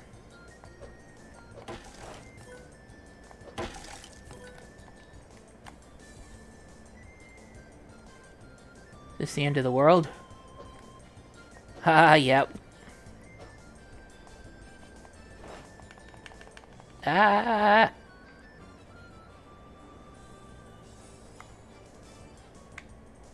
It looked like it was supposed to say something, but I couldn't read it. Alright, take a peek in this door real quick.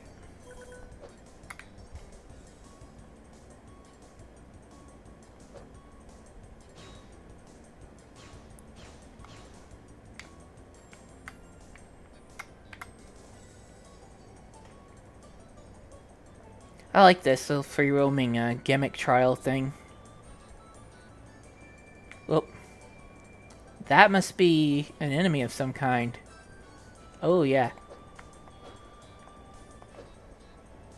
Can I attack it? Nah.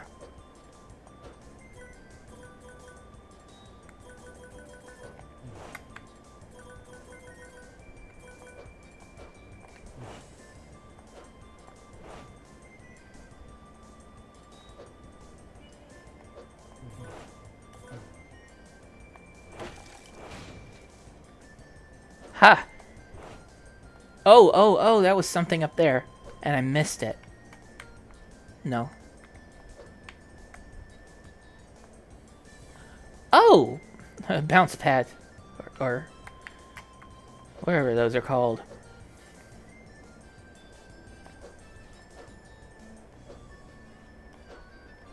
Mm.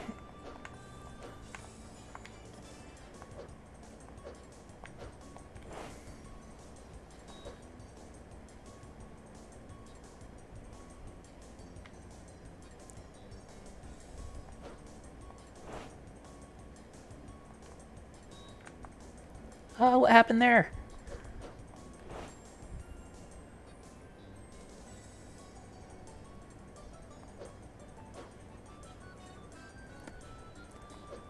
Alright, I think I've been through all through here already. Well, I can take a look at what these different kinds of liquids may be. Yeah, it's like oil. Regular water, maybe?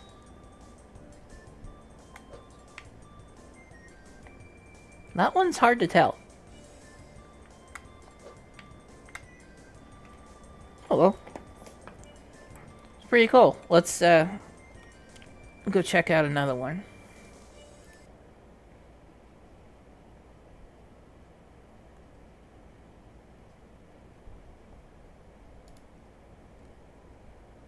Okay, so I think, yeah, the next one's going to be Scratchin' Melody.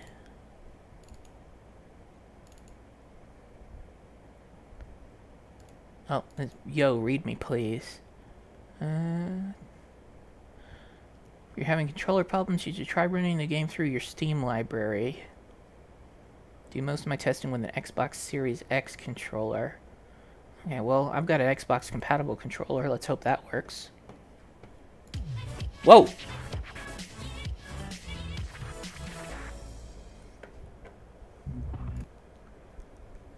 Okay. Gonna have to turn that down a little bit.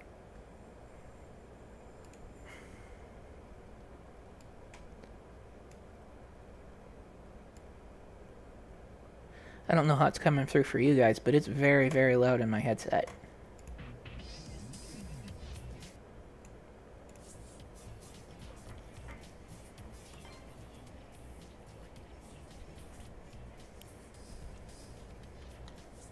Story mode. Alright, we'll take a quick look. Let's see, what kind of options we got?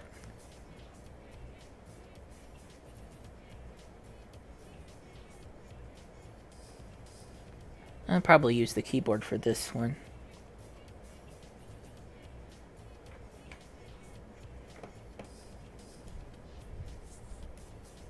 Huh.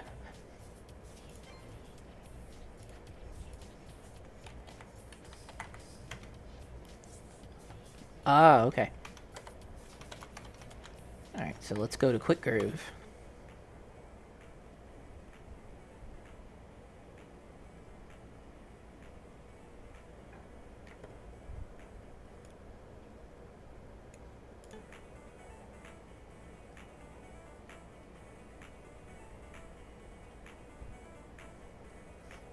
This any better? I think I can handle this. Alright, let's play the tutorial.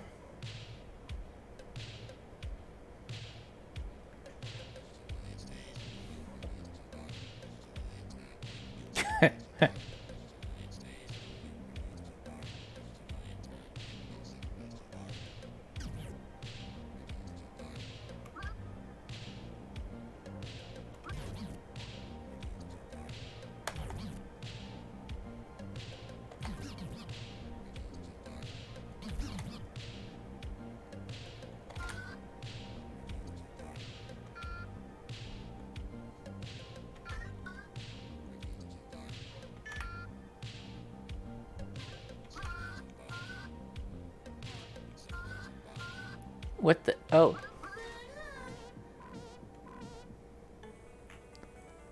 I'm confused about what I just did.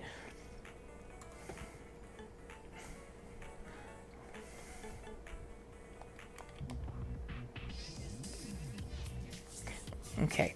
So I don't think it said please use a gamepad, but it said if you're using a gamepad.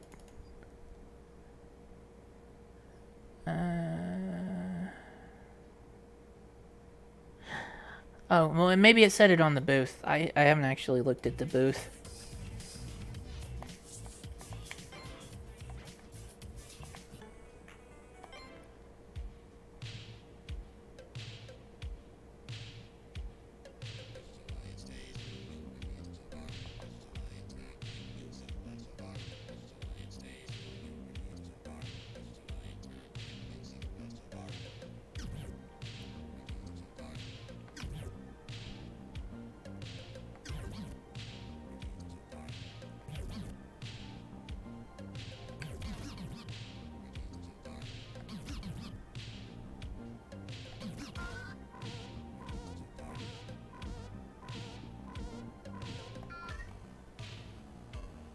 Ah.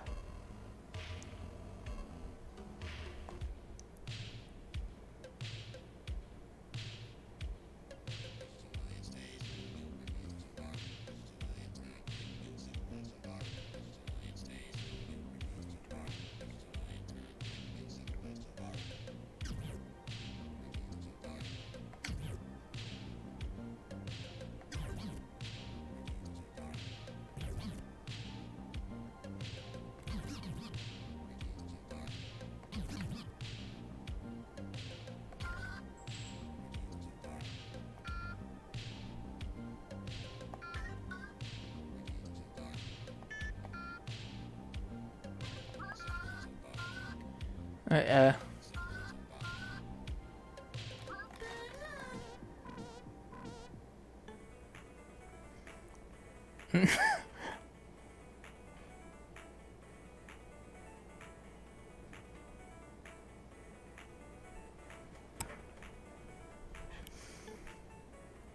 let's see. I am confused about what I was doing exactly. I think for I didn't mean to go straight back into it.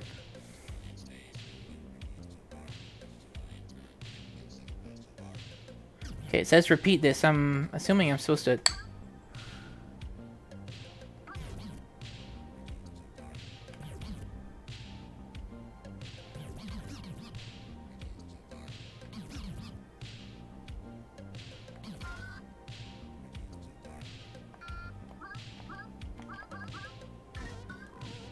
Oh! Oh, I see. Okay. Okay, so I'm the one on the bottom, and I have to repeat it at the same place on the,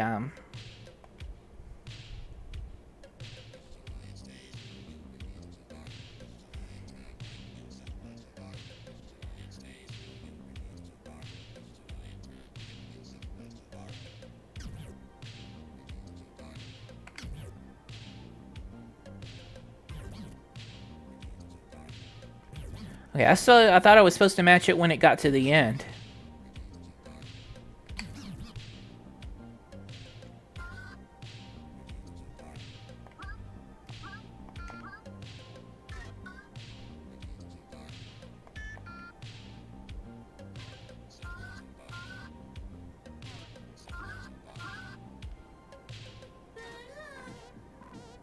Alright, I need to go change the controls, because it was showing me the controller inputs before.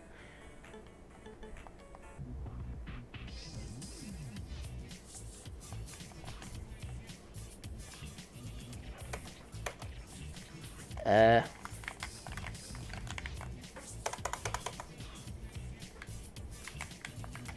is not working.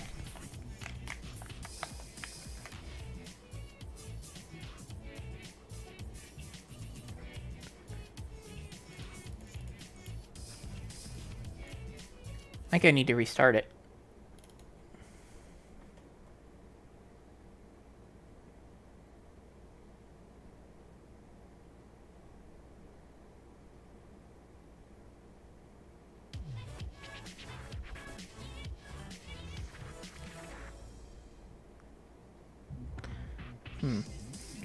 What is the equivalent of pound sign on a US keyboard?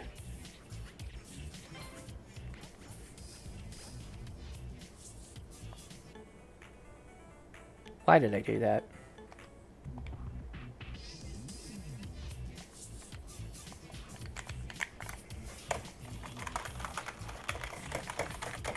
Yeah, there is no key that helps when that happens.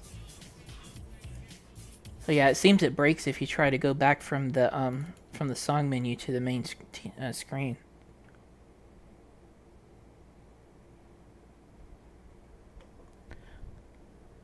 Oh, yo, I'd recommend using a gamepad.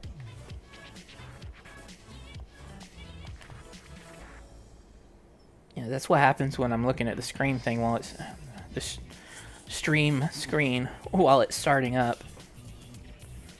All right.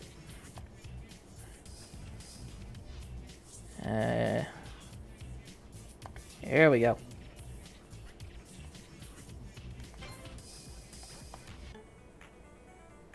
Okay, now I should be able to do this.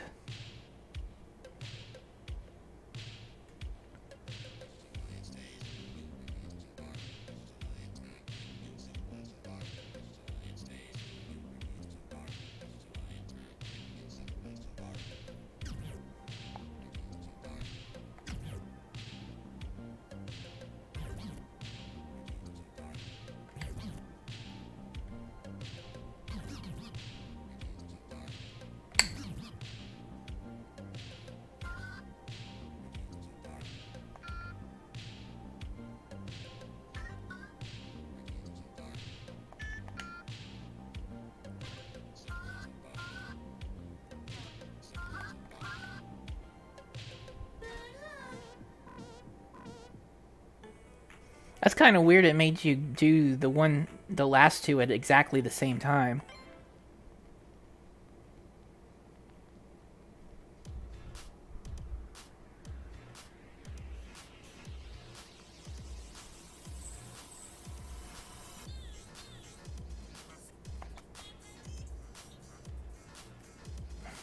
What the? $5 super chat. Hey Stealth, if you're taking suggestions, please consider trying out Bomber Sin 2. Okay.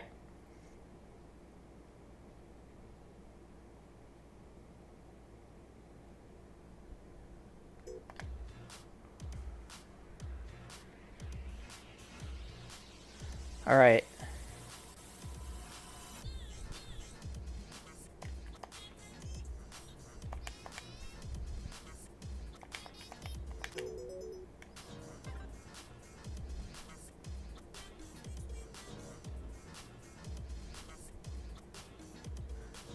Oh, that was confusing. I thought I was waiting for it to show up on the bottom again too. Oh, it tells you when it's a double line.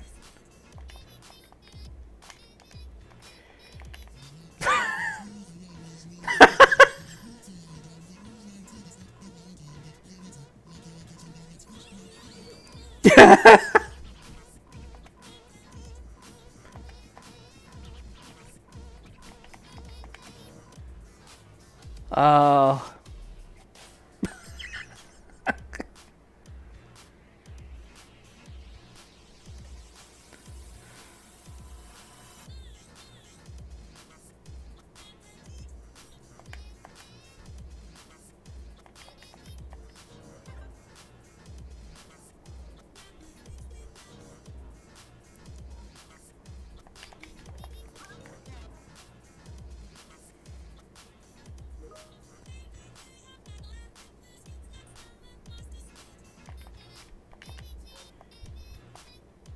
Eh.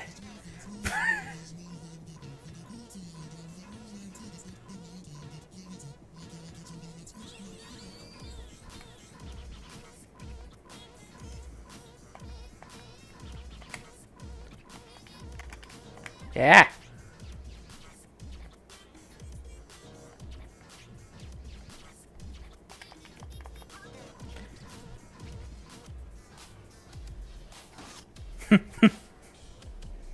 No. That one's too much. Oh, it's doing that thing again. Yeah, I'm pressing start. It's not...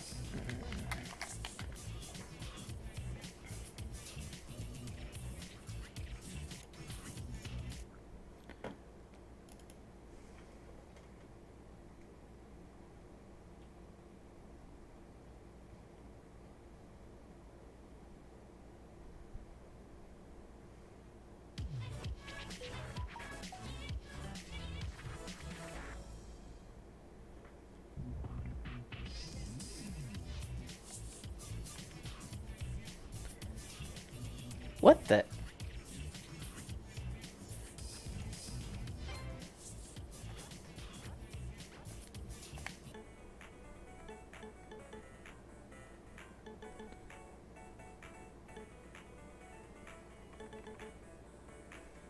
Okay, this is really gonna tear me up in here.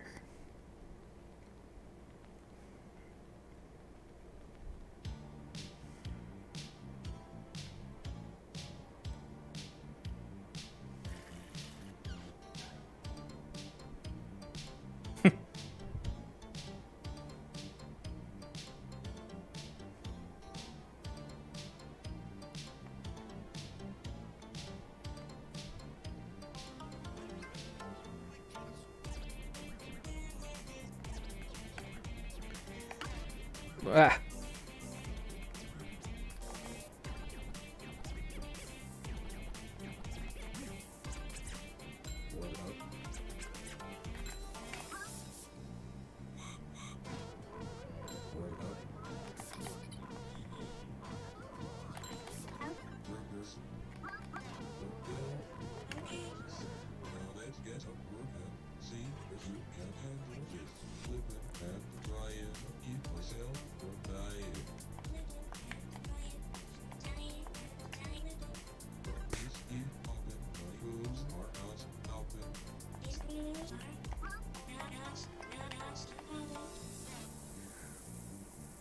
Oh.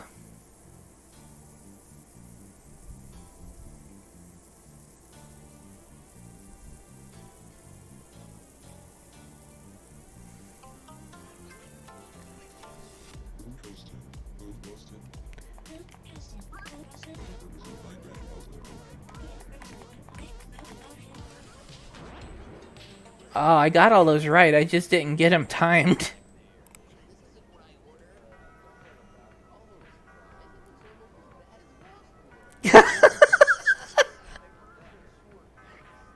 $5 super chat from Balthazar again. Face when you don't get notifications because the streamer is stealth, Sag. Huh. Yeah, I think I did have a notification pop up on something, didn't I?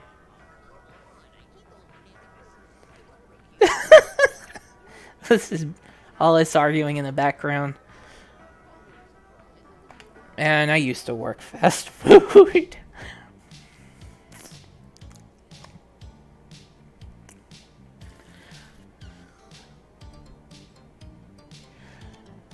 Oh, I feel bad for the people in service industries like that. You guys are doing, real integral work, and you don't deserve the way people act to you sometimes.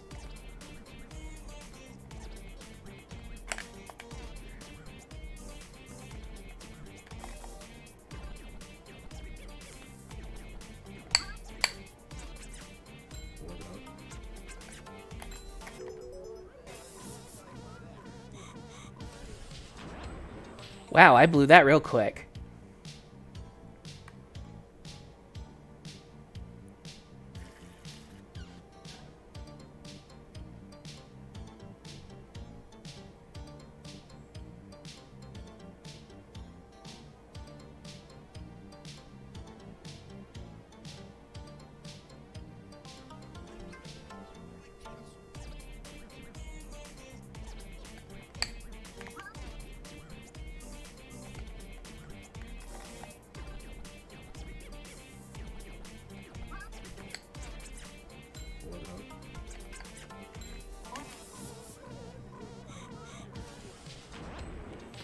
I lost in the middle of a break.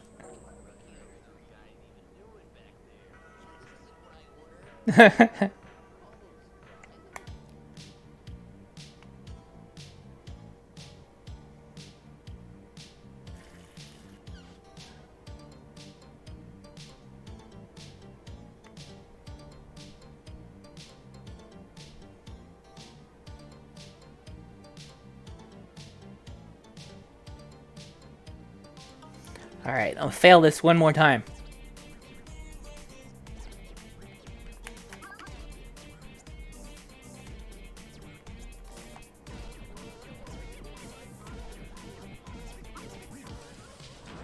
Wow.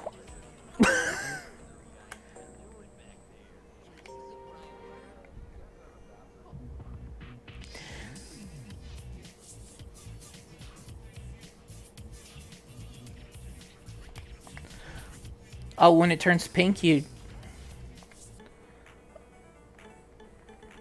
Okay. Well, I'll give that a try.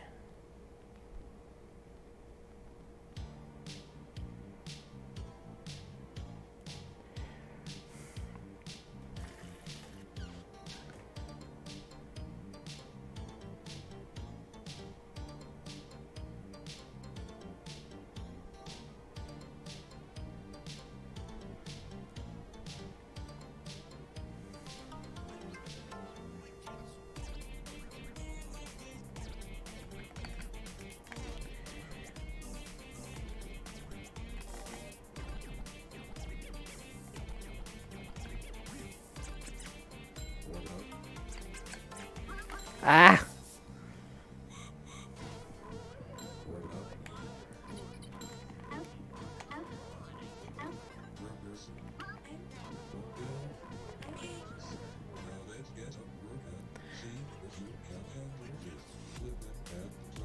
Okay, I think I get the pink parts now. Oh.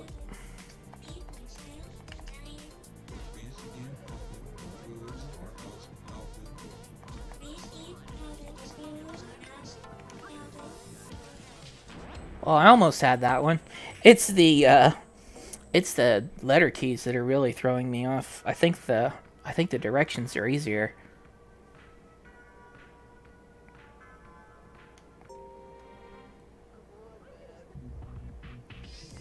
Yell at me for leaving. Oh, well, now it's working when I go back to the title screen. A lot of the times before, when I would go back to the title from having played the game or being on the menu here, it would freeze up and I wouldn't. Nothing I press would do anything to it. Alright, I'll try this one again.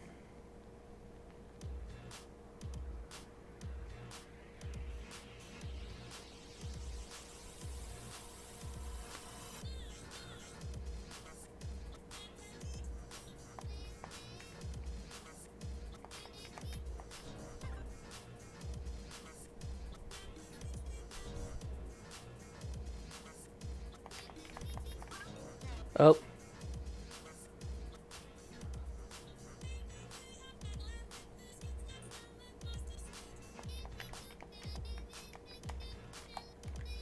Yeah.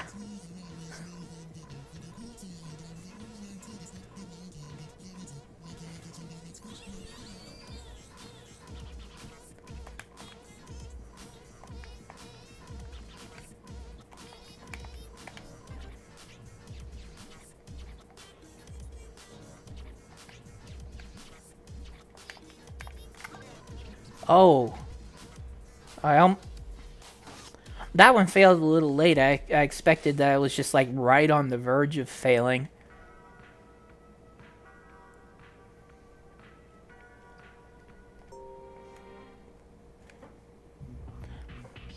Yeah, this is fun. It's hard, but it's fun. I don't know if it's just me. I don't play a lot of rhythm games.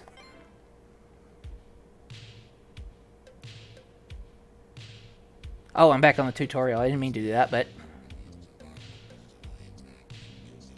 I could probably take this one out pretty good now.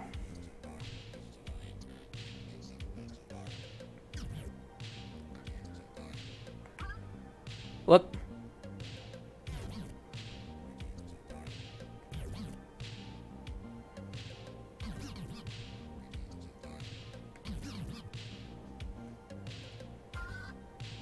Yes.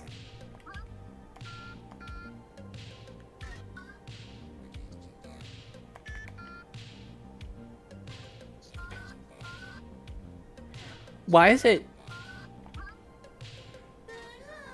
Why is it showing me the, Yeah, I'm not seeing controller... I'm not seeing controller buttons anymore. I'm seeing keyboard buttons. And the title screen's broke again.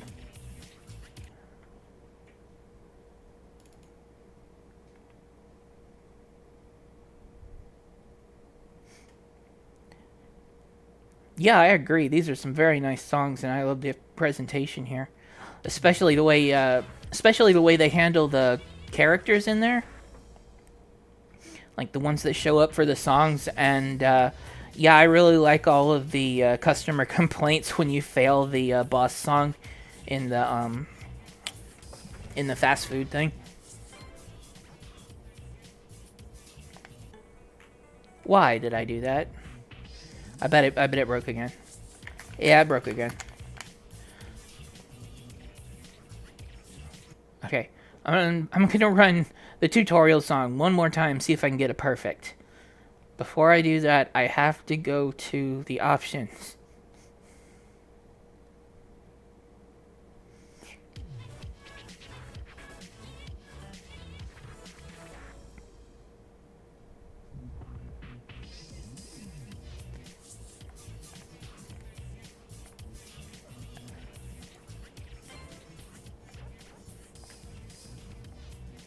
Alright.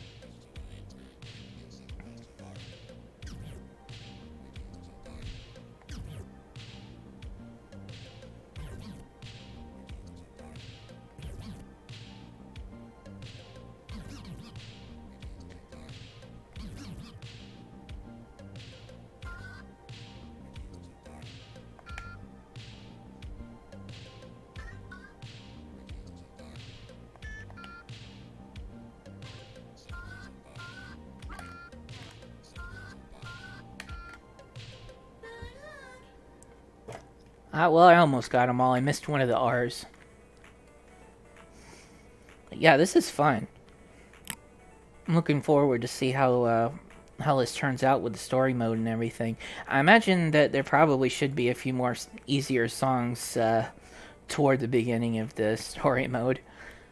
This one, yeah, personally, I feel like it's a little bit hard for being in the first slot, but that may just be me, or it may just be that there's only 2 songs in the demo too.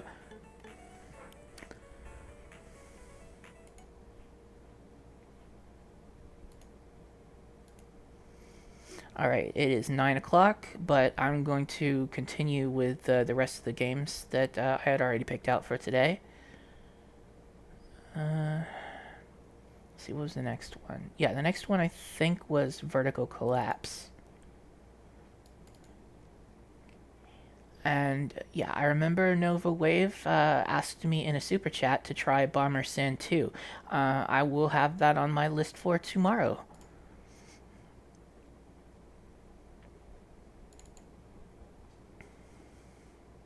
Oh, here's one from Godot.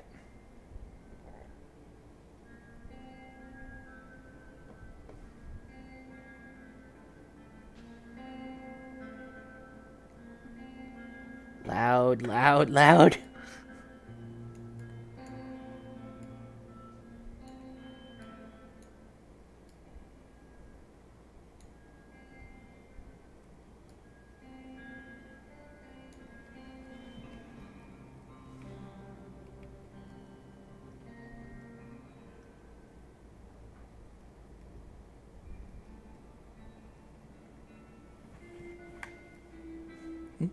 I did. I hope you can get those sorted out, but I did have fun playing it. It looked nice, it sounded nice, and I enjoyed attempting to play along with it.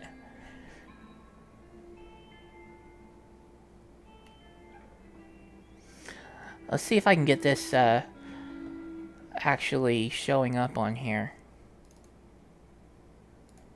I wonder. Okay, there we go. Yeah, so it's one of these weird tall aspects. But yeah, I imagine that plays into the type of game it is.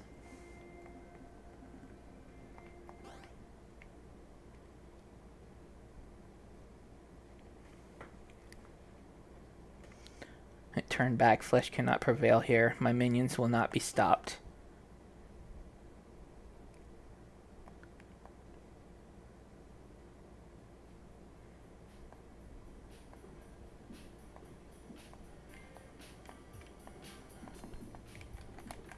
Oh, there we go. Okay. So...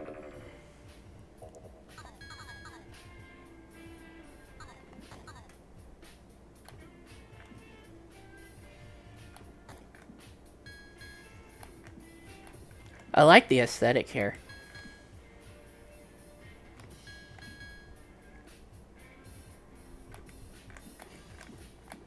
There certainly is there certainly is room for and a place for minimalistic graphics and such.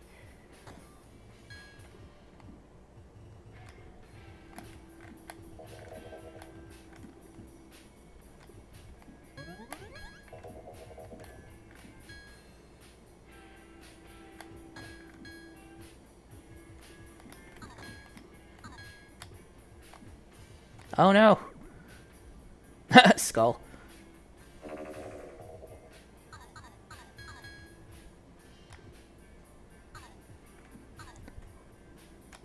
This feels nice too. There's something strangely satisfying about the launcher in this.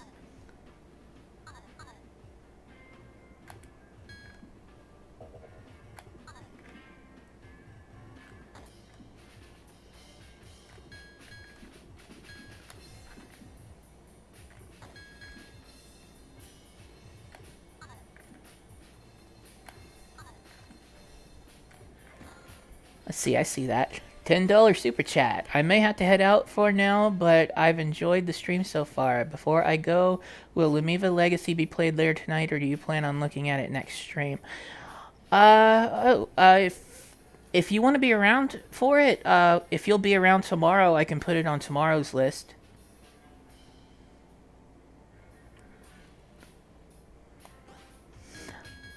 Also, thank you very, very much for the super chat.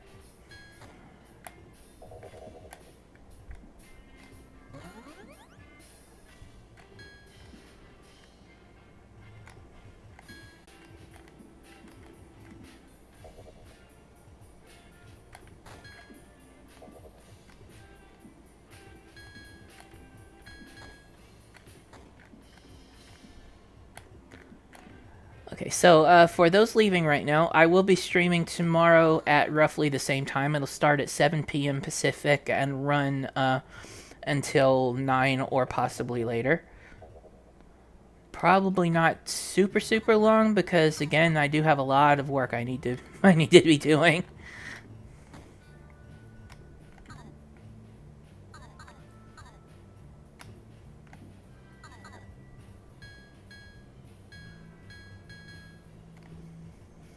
And again, I've gotten for what I usually do, I've gotten a lot of super chat this time. So again, thank you very very much for that. I really appreciate it, and all of this, I'm hoping to.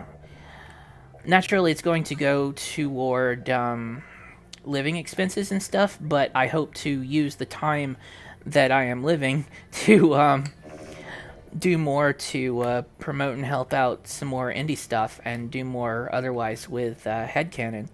So again, it's really appreciated, and that's what I want to be doing with this sort of support.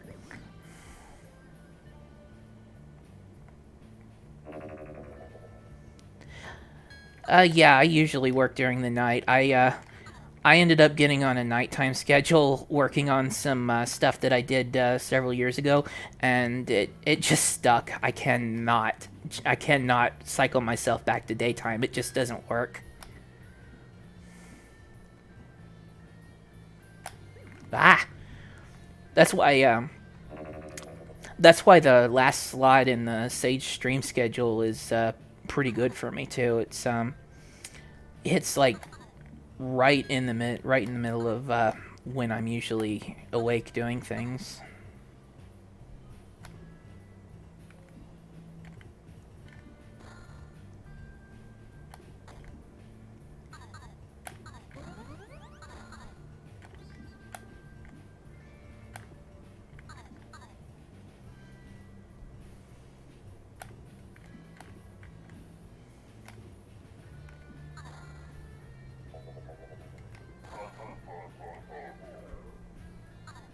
What's so funny? I broke your thing.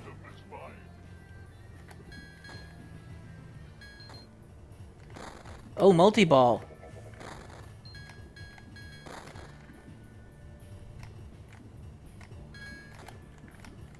Ah, no. I lost my other balls.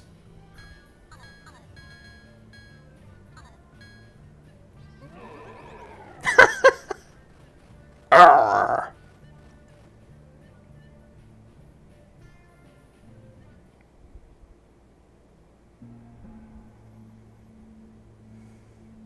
Ooh, what's gonna happen here?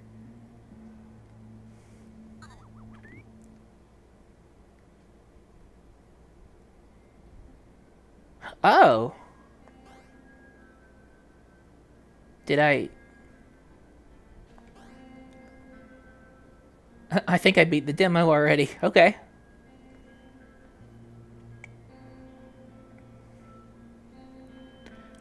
Well, yeah, I've gained in the sort of recent time, I've gained a pretty appreciation for games like this. Just short, arcadey, simple stuff.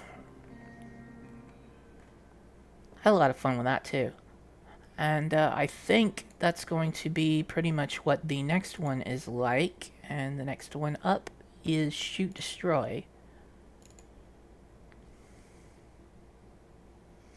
Windows has protected my PC. Oh no.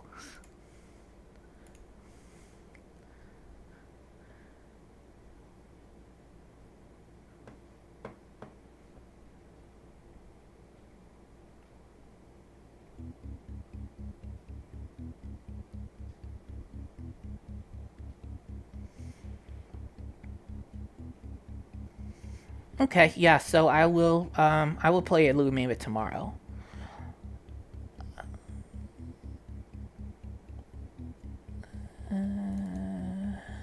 Gotta get this up there.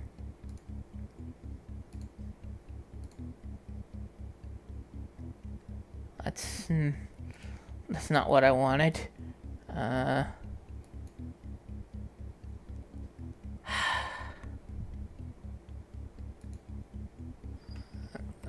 I am failing at this.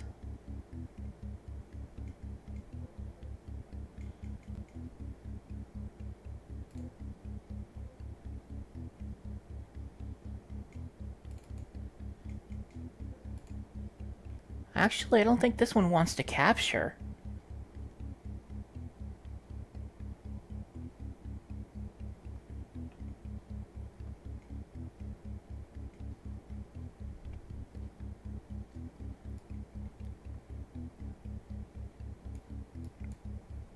So, just in case, with that said, if you want to make sure that I look at and show off the new content, you could try and get in contact with me and send me a build that will let me get there a little easier than that.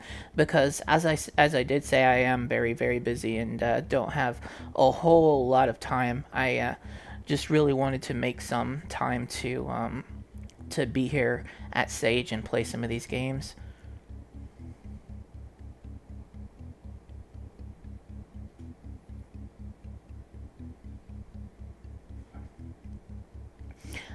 I'm not seeing this on OBS. I don't think OBS wants to capture this game. Okay.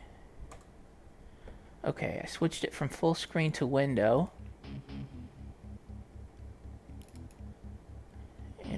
It's running now.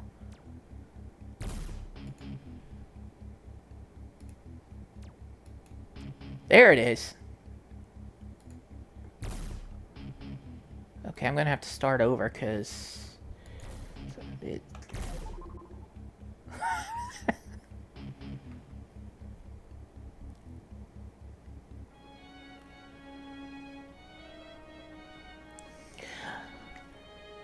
A couple of ways you can reach me. Let's see. Man, I gotta turn this down again. Each one of these is a little loud. Okay. So let me get rid of this for a second, and you can see there's some links up there. There is my Twitter, HC Stealth, and you could also find me on Discord by going into my Discord server, and you'll see me in there, so you can send me a message on the server. You can hit me up with a private message.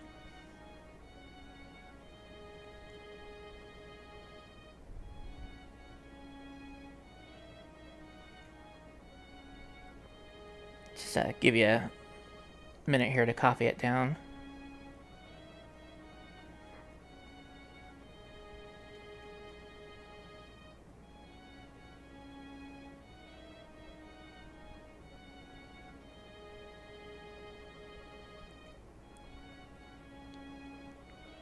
Alright, back into it.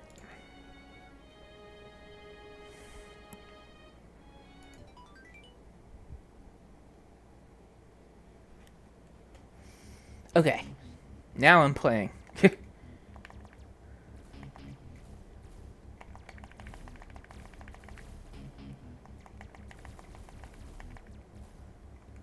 Ah. Feels a little sluggish, but I'm not sure that's entirely a bad thing.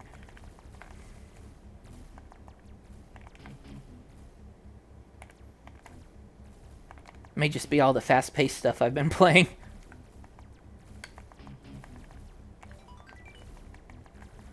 Oh, it's pretty easy to get one up.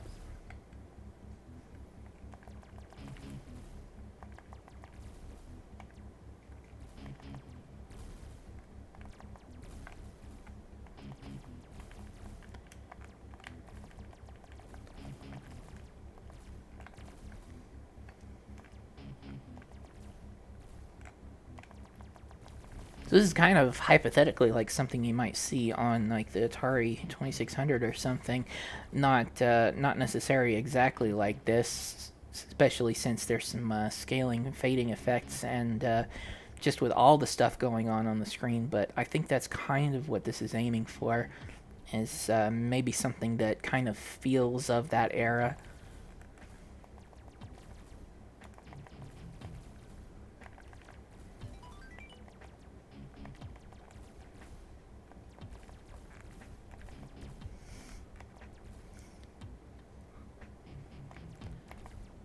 Let's see. I think I saw that there were like 3 pickups types in here, but I haven't seen one drop yet, and I'm on level 2 already.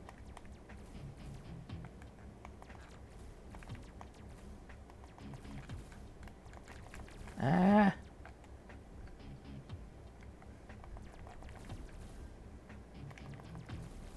I could imagine like a power up that would let you have a temporary speed boost, but I'm also imagining that this right now only has one button that does anything, and it may be part of the aesthetic that it's a single button gameplay.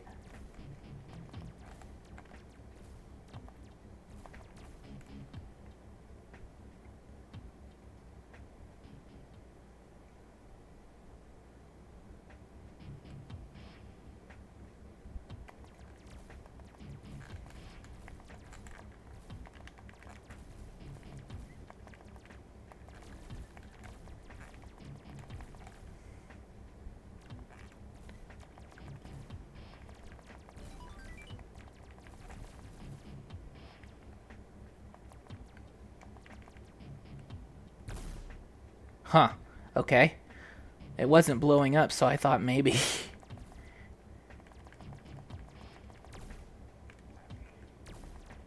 Ow.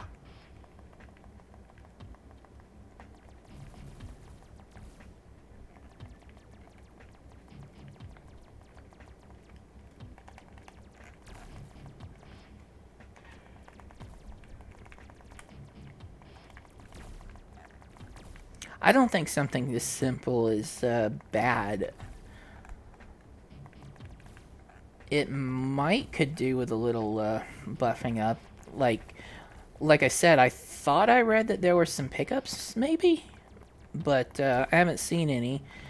And I think it would go a long way just to give the ship just a few subpixels more of speed, just a tiny little bit.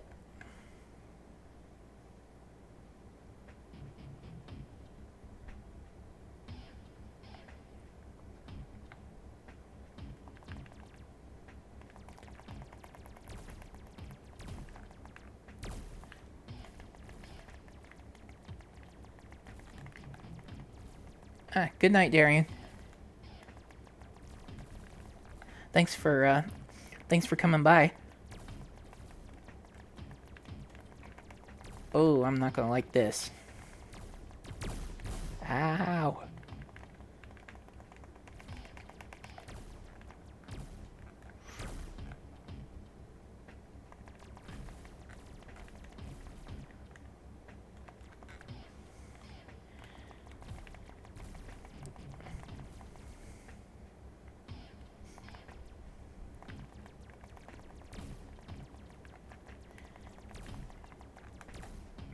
Yeah, at the speed the ship's going,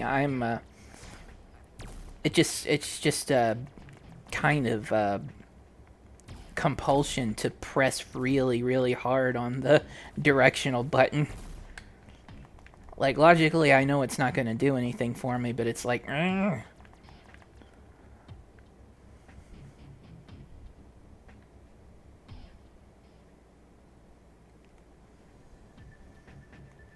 Oh, final level.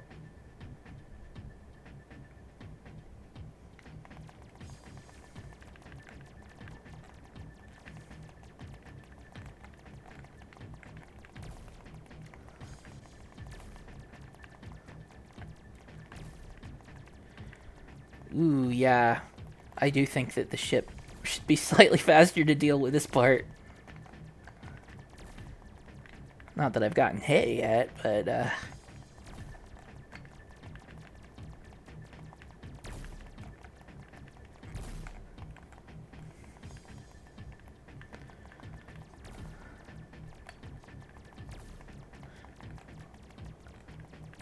this is a little bullet hell. Maybe like bullet heck. I don't know.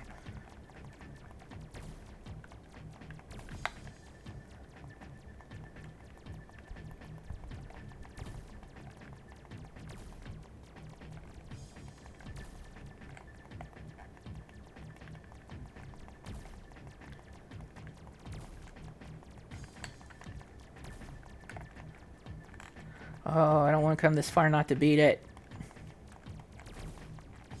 Yee!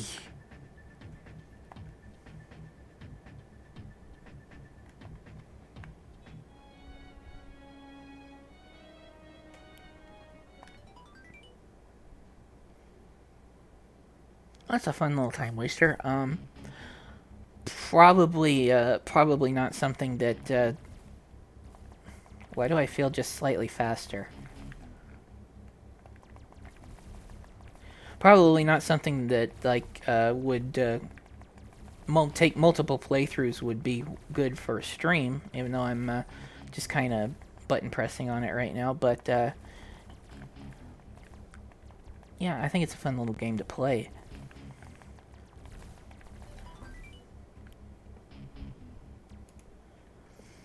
Alright, I had one more that I had picked out for today.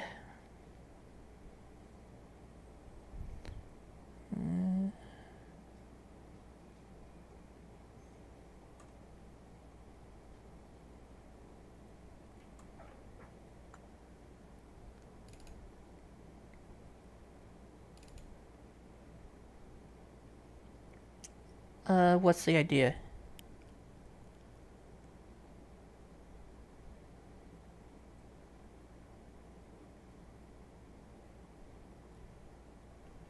Falco?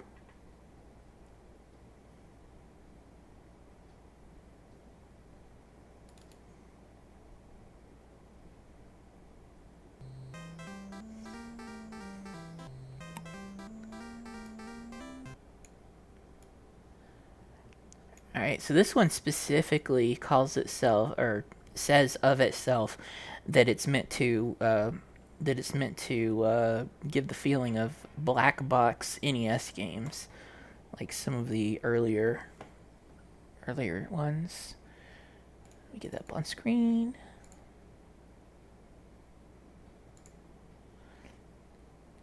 Okay, so I played a platformer today. I played a 2D platformer, action platformer. I played a 3D platformer. This one is a 2D pixel precision platformer. At least that's my understanding of it. Alright, what kind of options do we have? Whoop.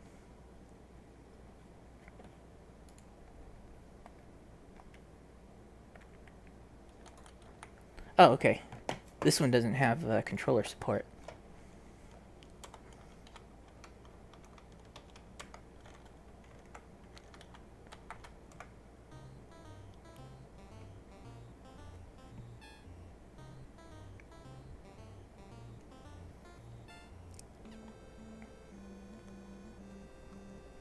Something that kind of interested me about this one is the penguin here. It reminded me of Doki Doki Penguin Land for the Sega Master System. That's something I had. I think the first game I played that had a level editor in it too, and that's one of the things that has me just like I really like games that have level editors where you can create your own content for it. What do we have for? Oh, okay. So it looks like this is Fusion.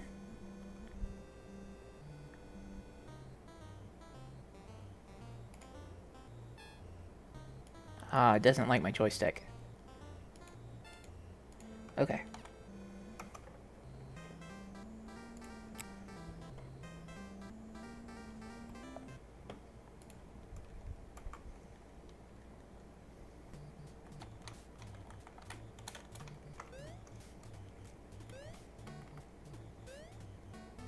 Is it back now?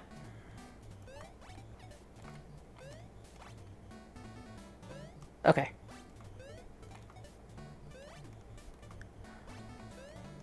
Yeah, this definitely has a early NES game kind of feel to it, not just in the way it looks and sounds, but the way the gameplay feels too. It's a little. Whoa! What happened? I just suddenly got fast. Okay, maybe it was lagging. Okay, this feels a little bit more natural.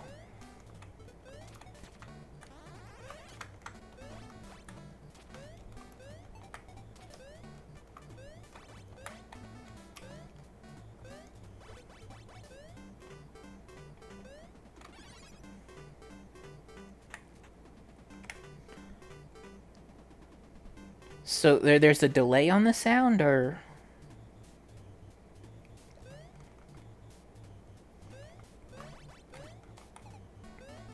yeah, yum on this guy's head.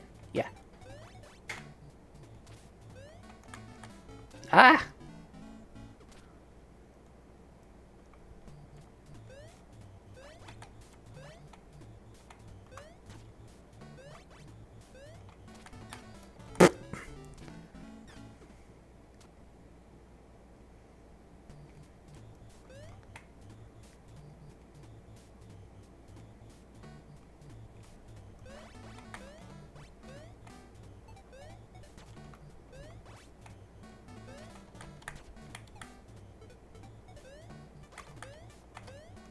Hmm.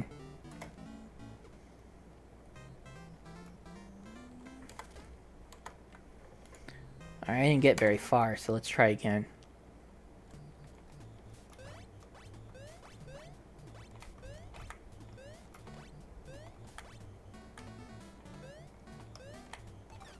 Ah.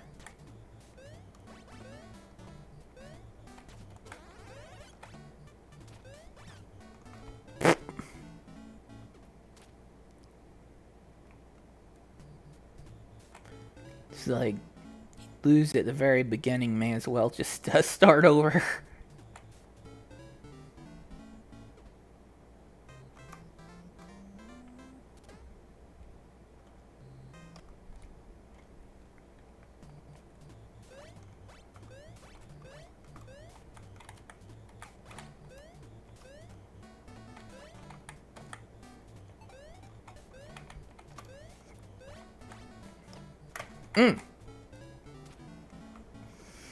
Why did I have a little bit of lag when I touched the water?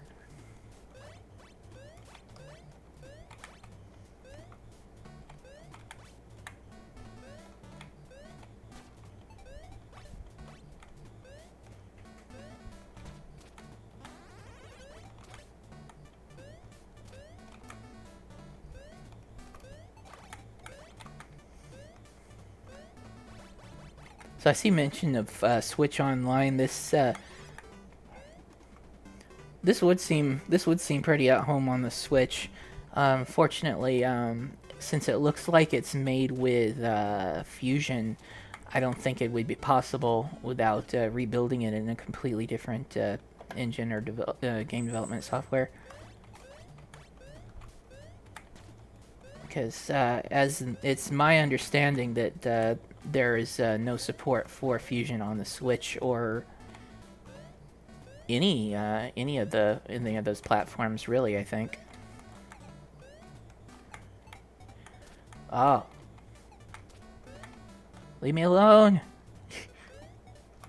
Mm.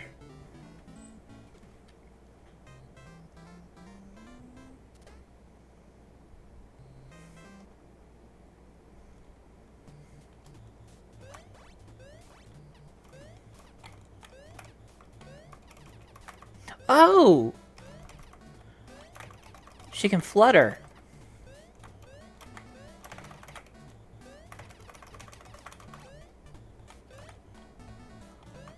I did not realize that.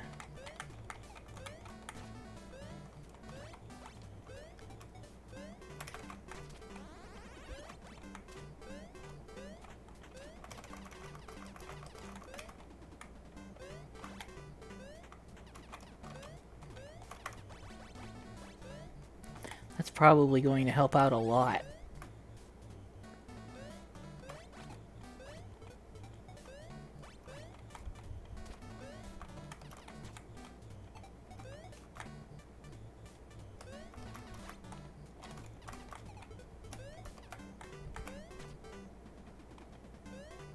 One up, huh? Let's see if I don't fail at trying to get it. Ah.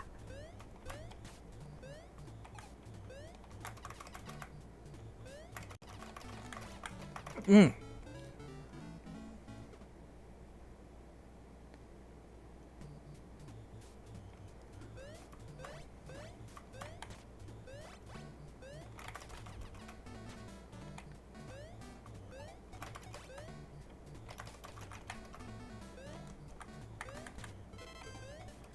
Okay.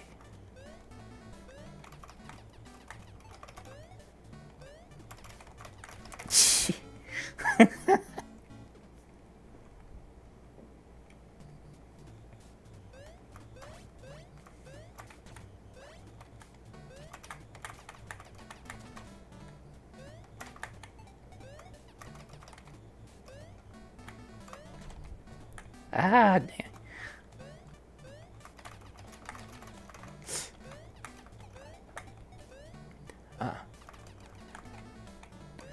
I almost forgot there was an exhaustion meter.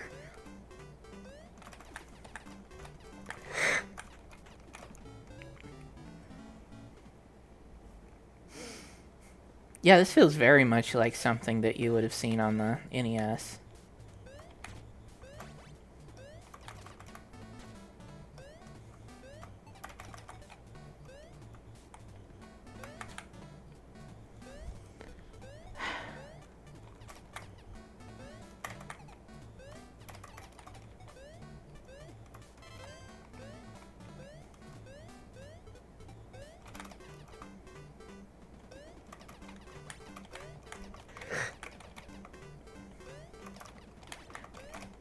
Oh, almost panicked.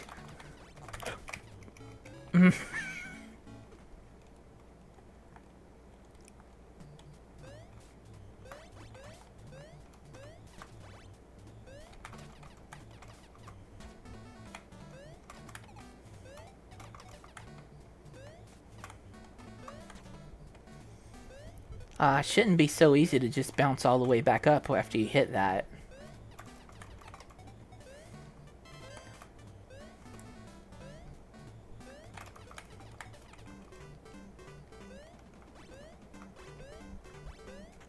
Okay, yeah, I should have just been more brave there.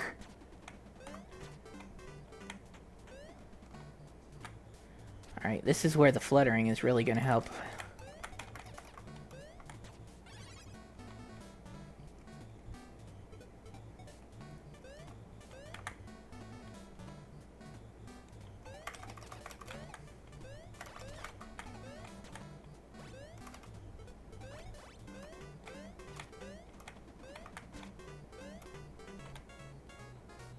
Yay!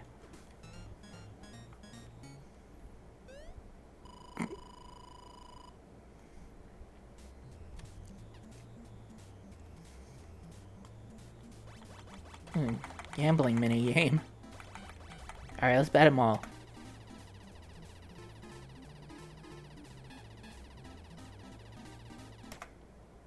Oh. Oh, I get to keep it? Okay. Yeah, so I hit, like, basically middle ground there, so I get to keep the fish, I bet.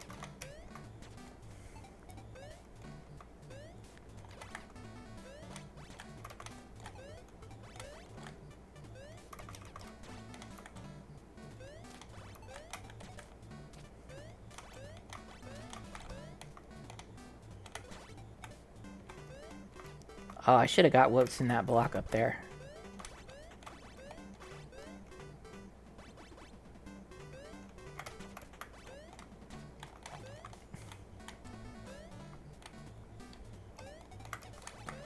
I jinxed myself by saying this, but I think I'm getting into this.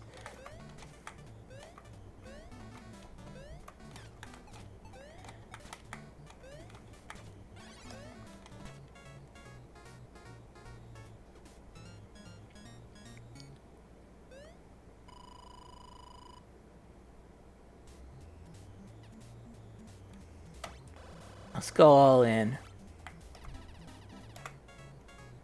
Nice.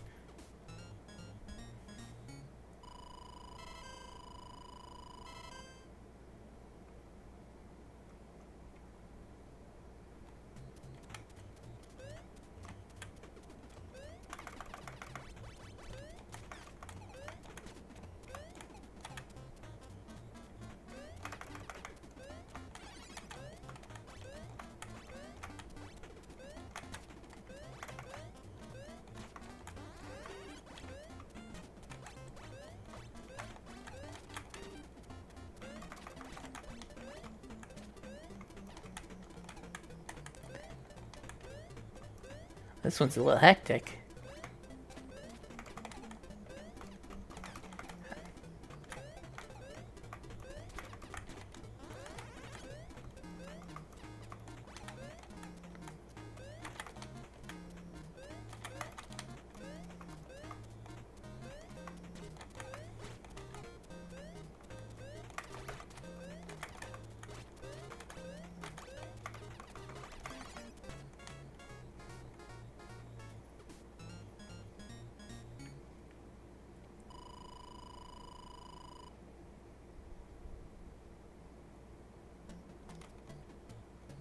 Is there a boss here? Oh, okay, it looked like this would be a place there might be a boss. I wonder if this game has bosses. There are NES games along this line that don't actually have bosses in them.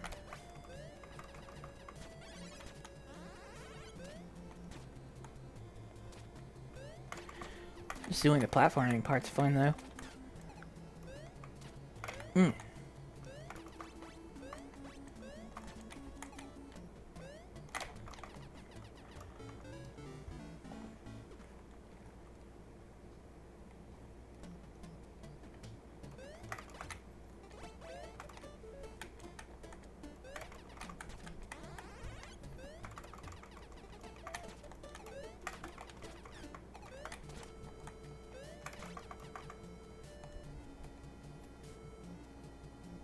Oh, something's gonna happen.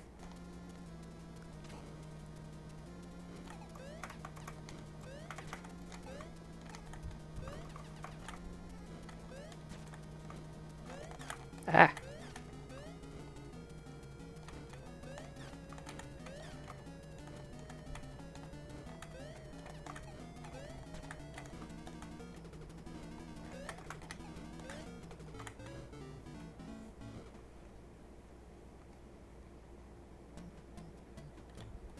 I'll have to go through this part again.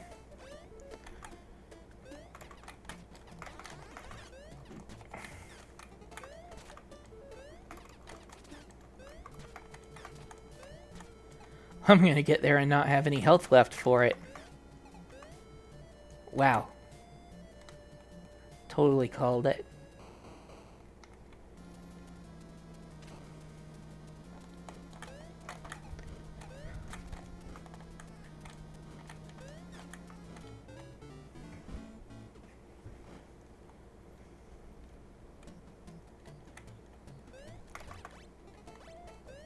Wonder if I'm gonna make it.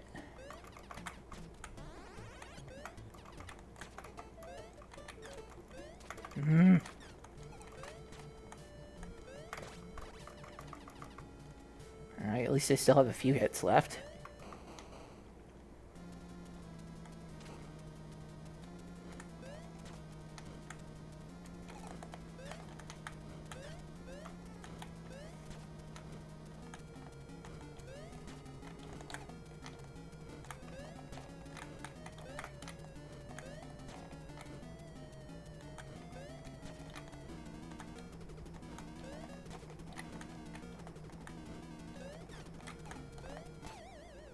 There we go.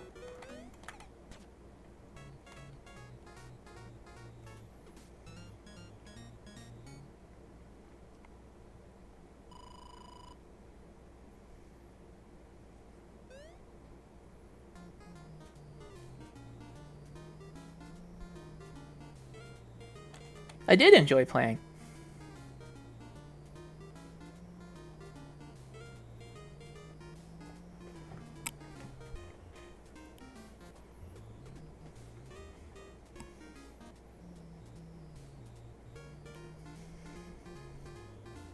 All right, so I've gone 45 minutes over my time slot, but I have completed all of the games that I picked out for today. So I think that I should get back to work. Had a lot of fun with this. Every one of these games was well done, and yeah, I hope to be able to say the same about the ones I'll get at tomorrow. Tomorrow will be the only other day that I'm streaming this year. I don't know if I'll have a chance to do just some non event streams just on my own uh, more throughout the year. I will look into whether or not I can take some time for that. Hopefully, I can find the time for it. Anyway, thank you everybody for coming in, having a watch, chatting with me. Had a lot of fun playing. Had a lot of fun talking to everyone. Thank you everyone for listening to my kind of rambling speech at the beginning.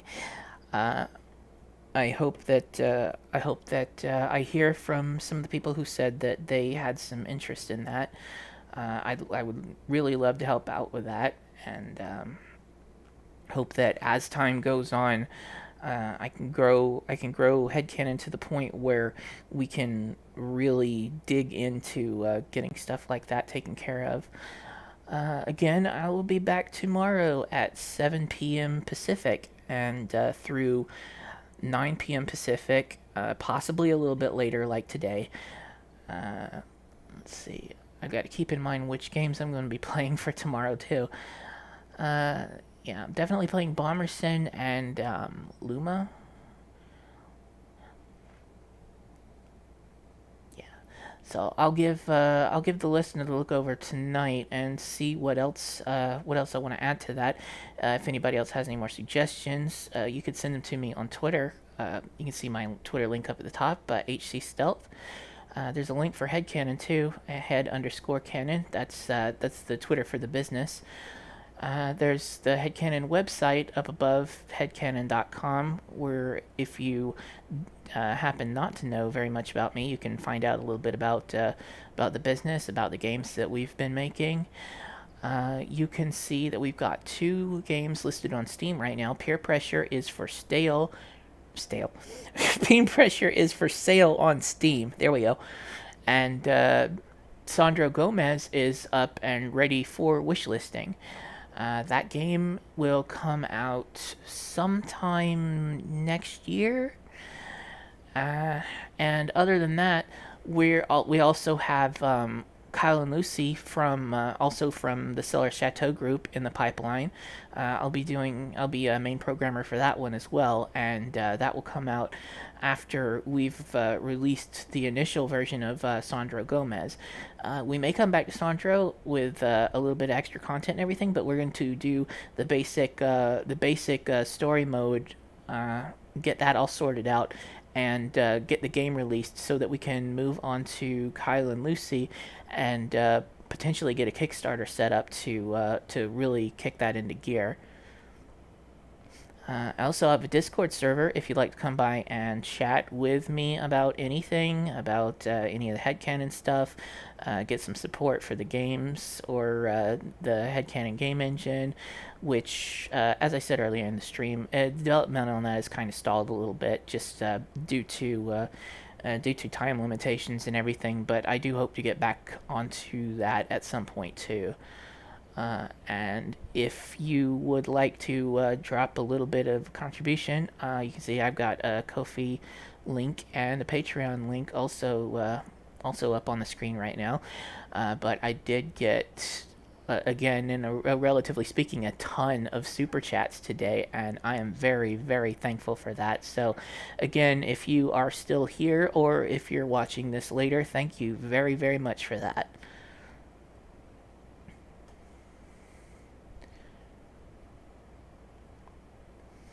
I am. I am having a very nice evening. I hope you are too. And thank you for the comment on peer pressure. Again, now that you bring that up, we have some plans for peer pressure. We would like to revisit it and update some of the content maybe add a little bit of extra stuff to it, and that's some stuff we want to do before we do any further releases, like push it to Switch or anything like that. And that's going to take a little while, so we have to wait until we have a clearing in our schedule to actually be able to take care of that. Then we'll probably have some updates for that game, and the price will probably increase. Currently, it's $5. After we put some more into it, the price will probably increase. But if you happen to check it out now, if you go ahead and pick it up at the $5 price, it's yours to keep. You will get the updates for free. So that's kind of a little bit of a discount there.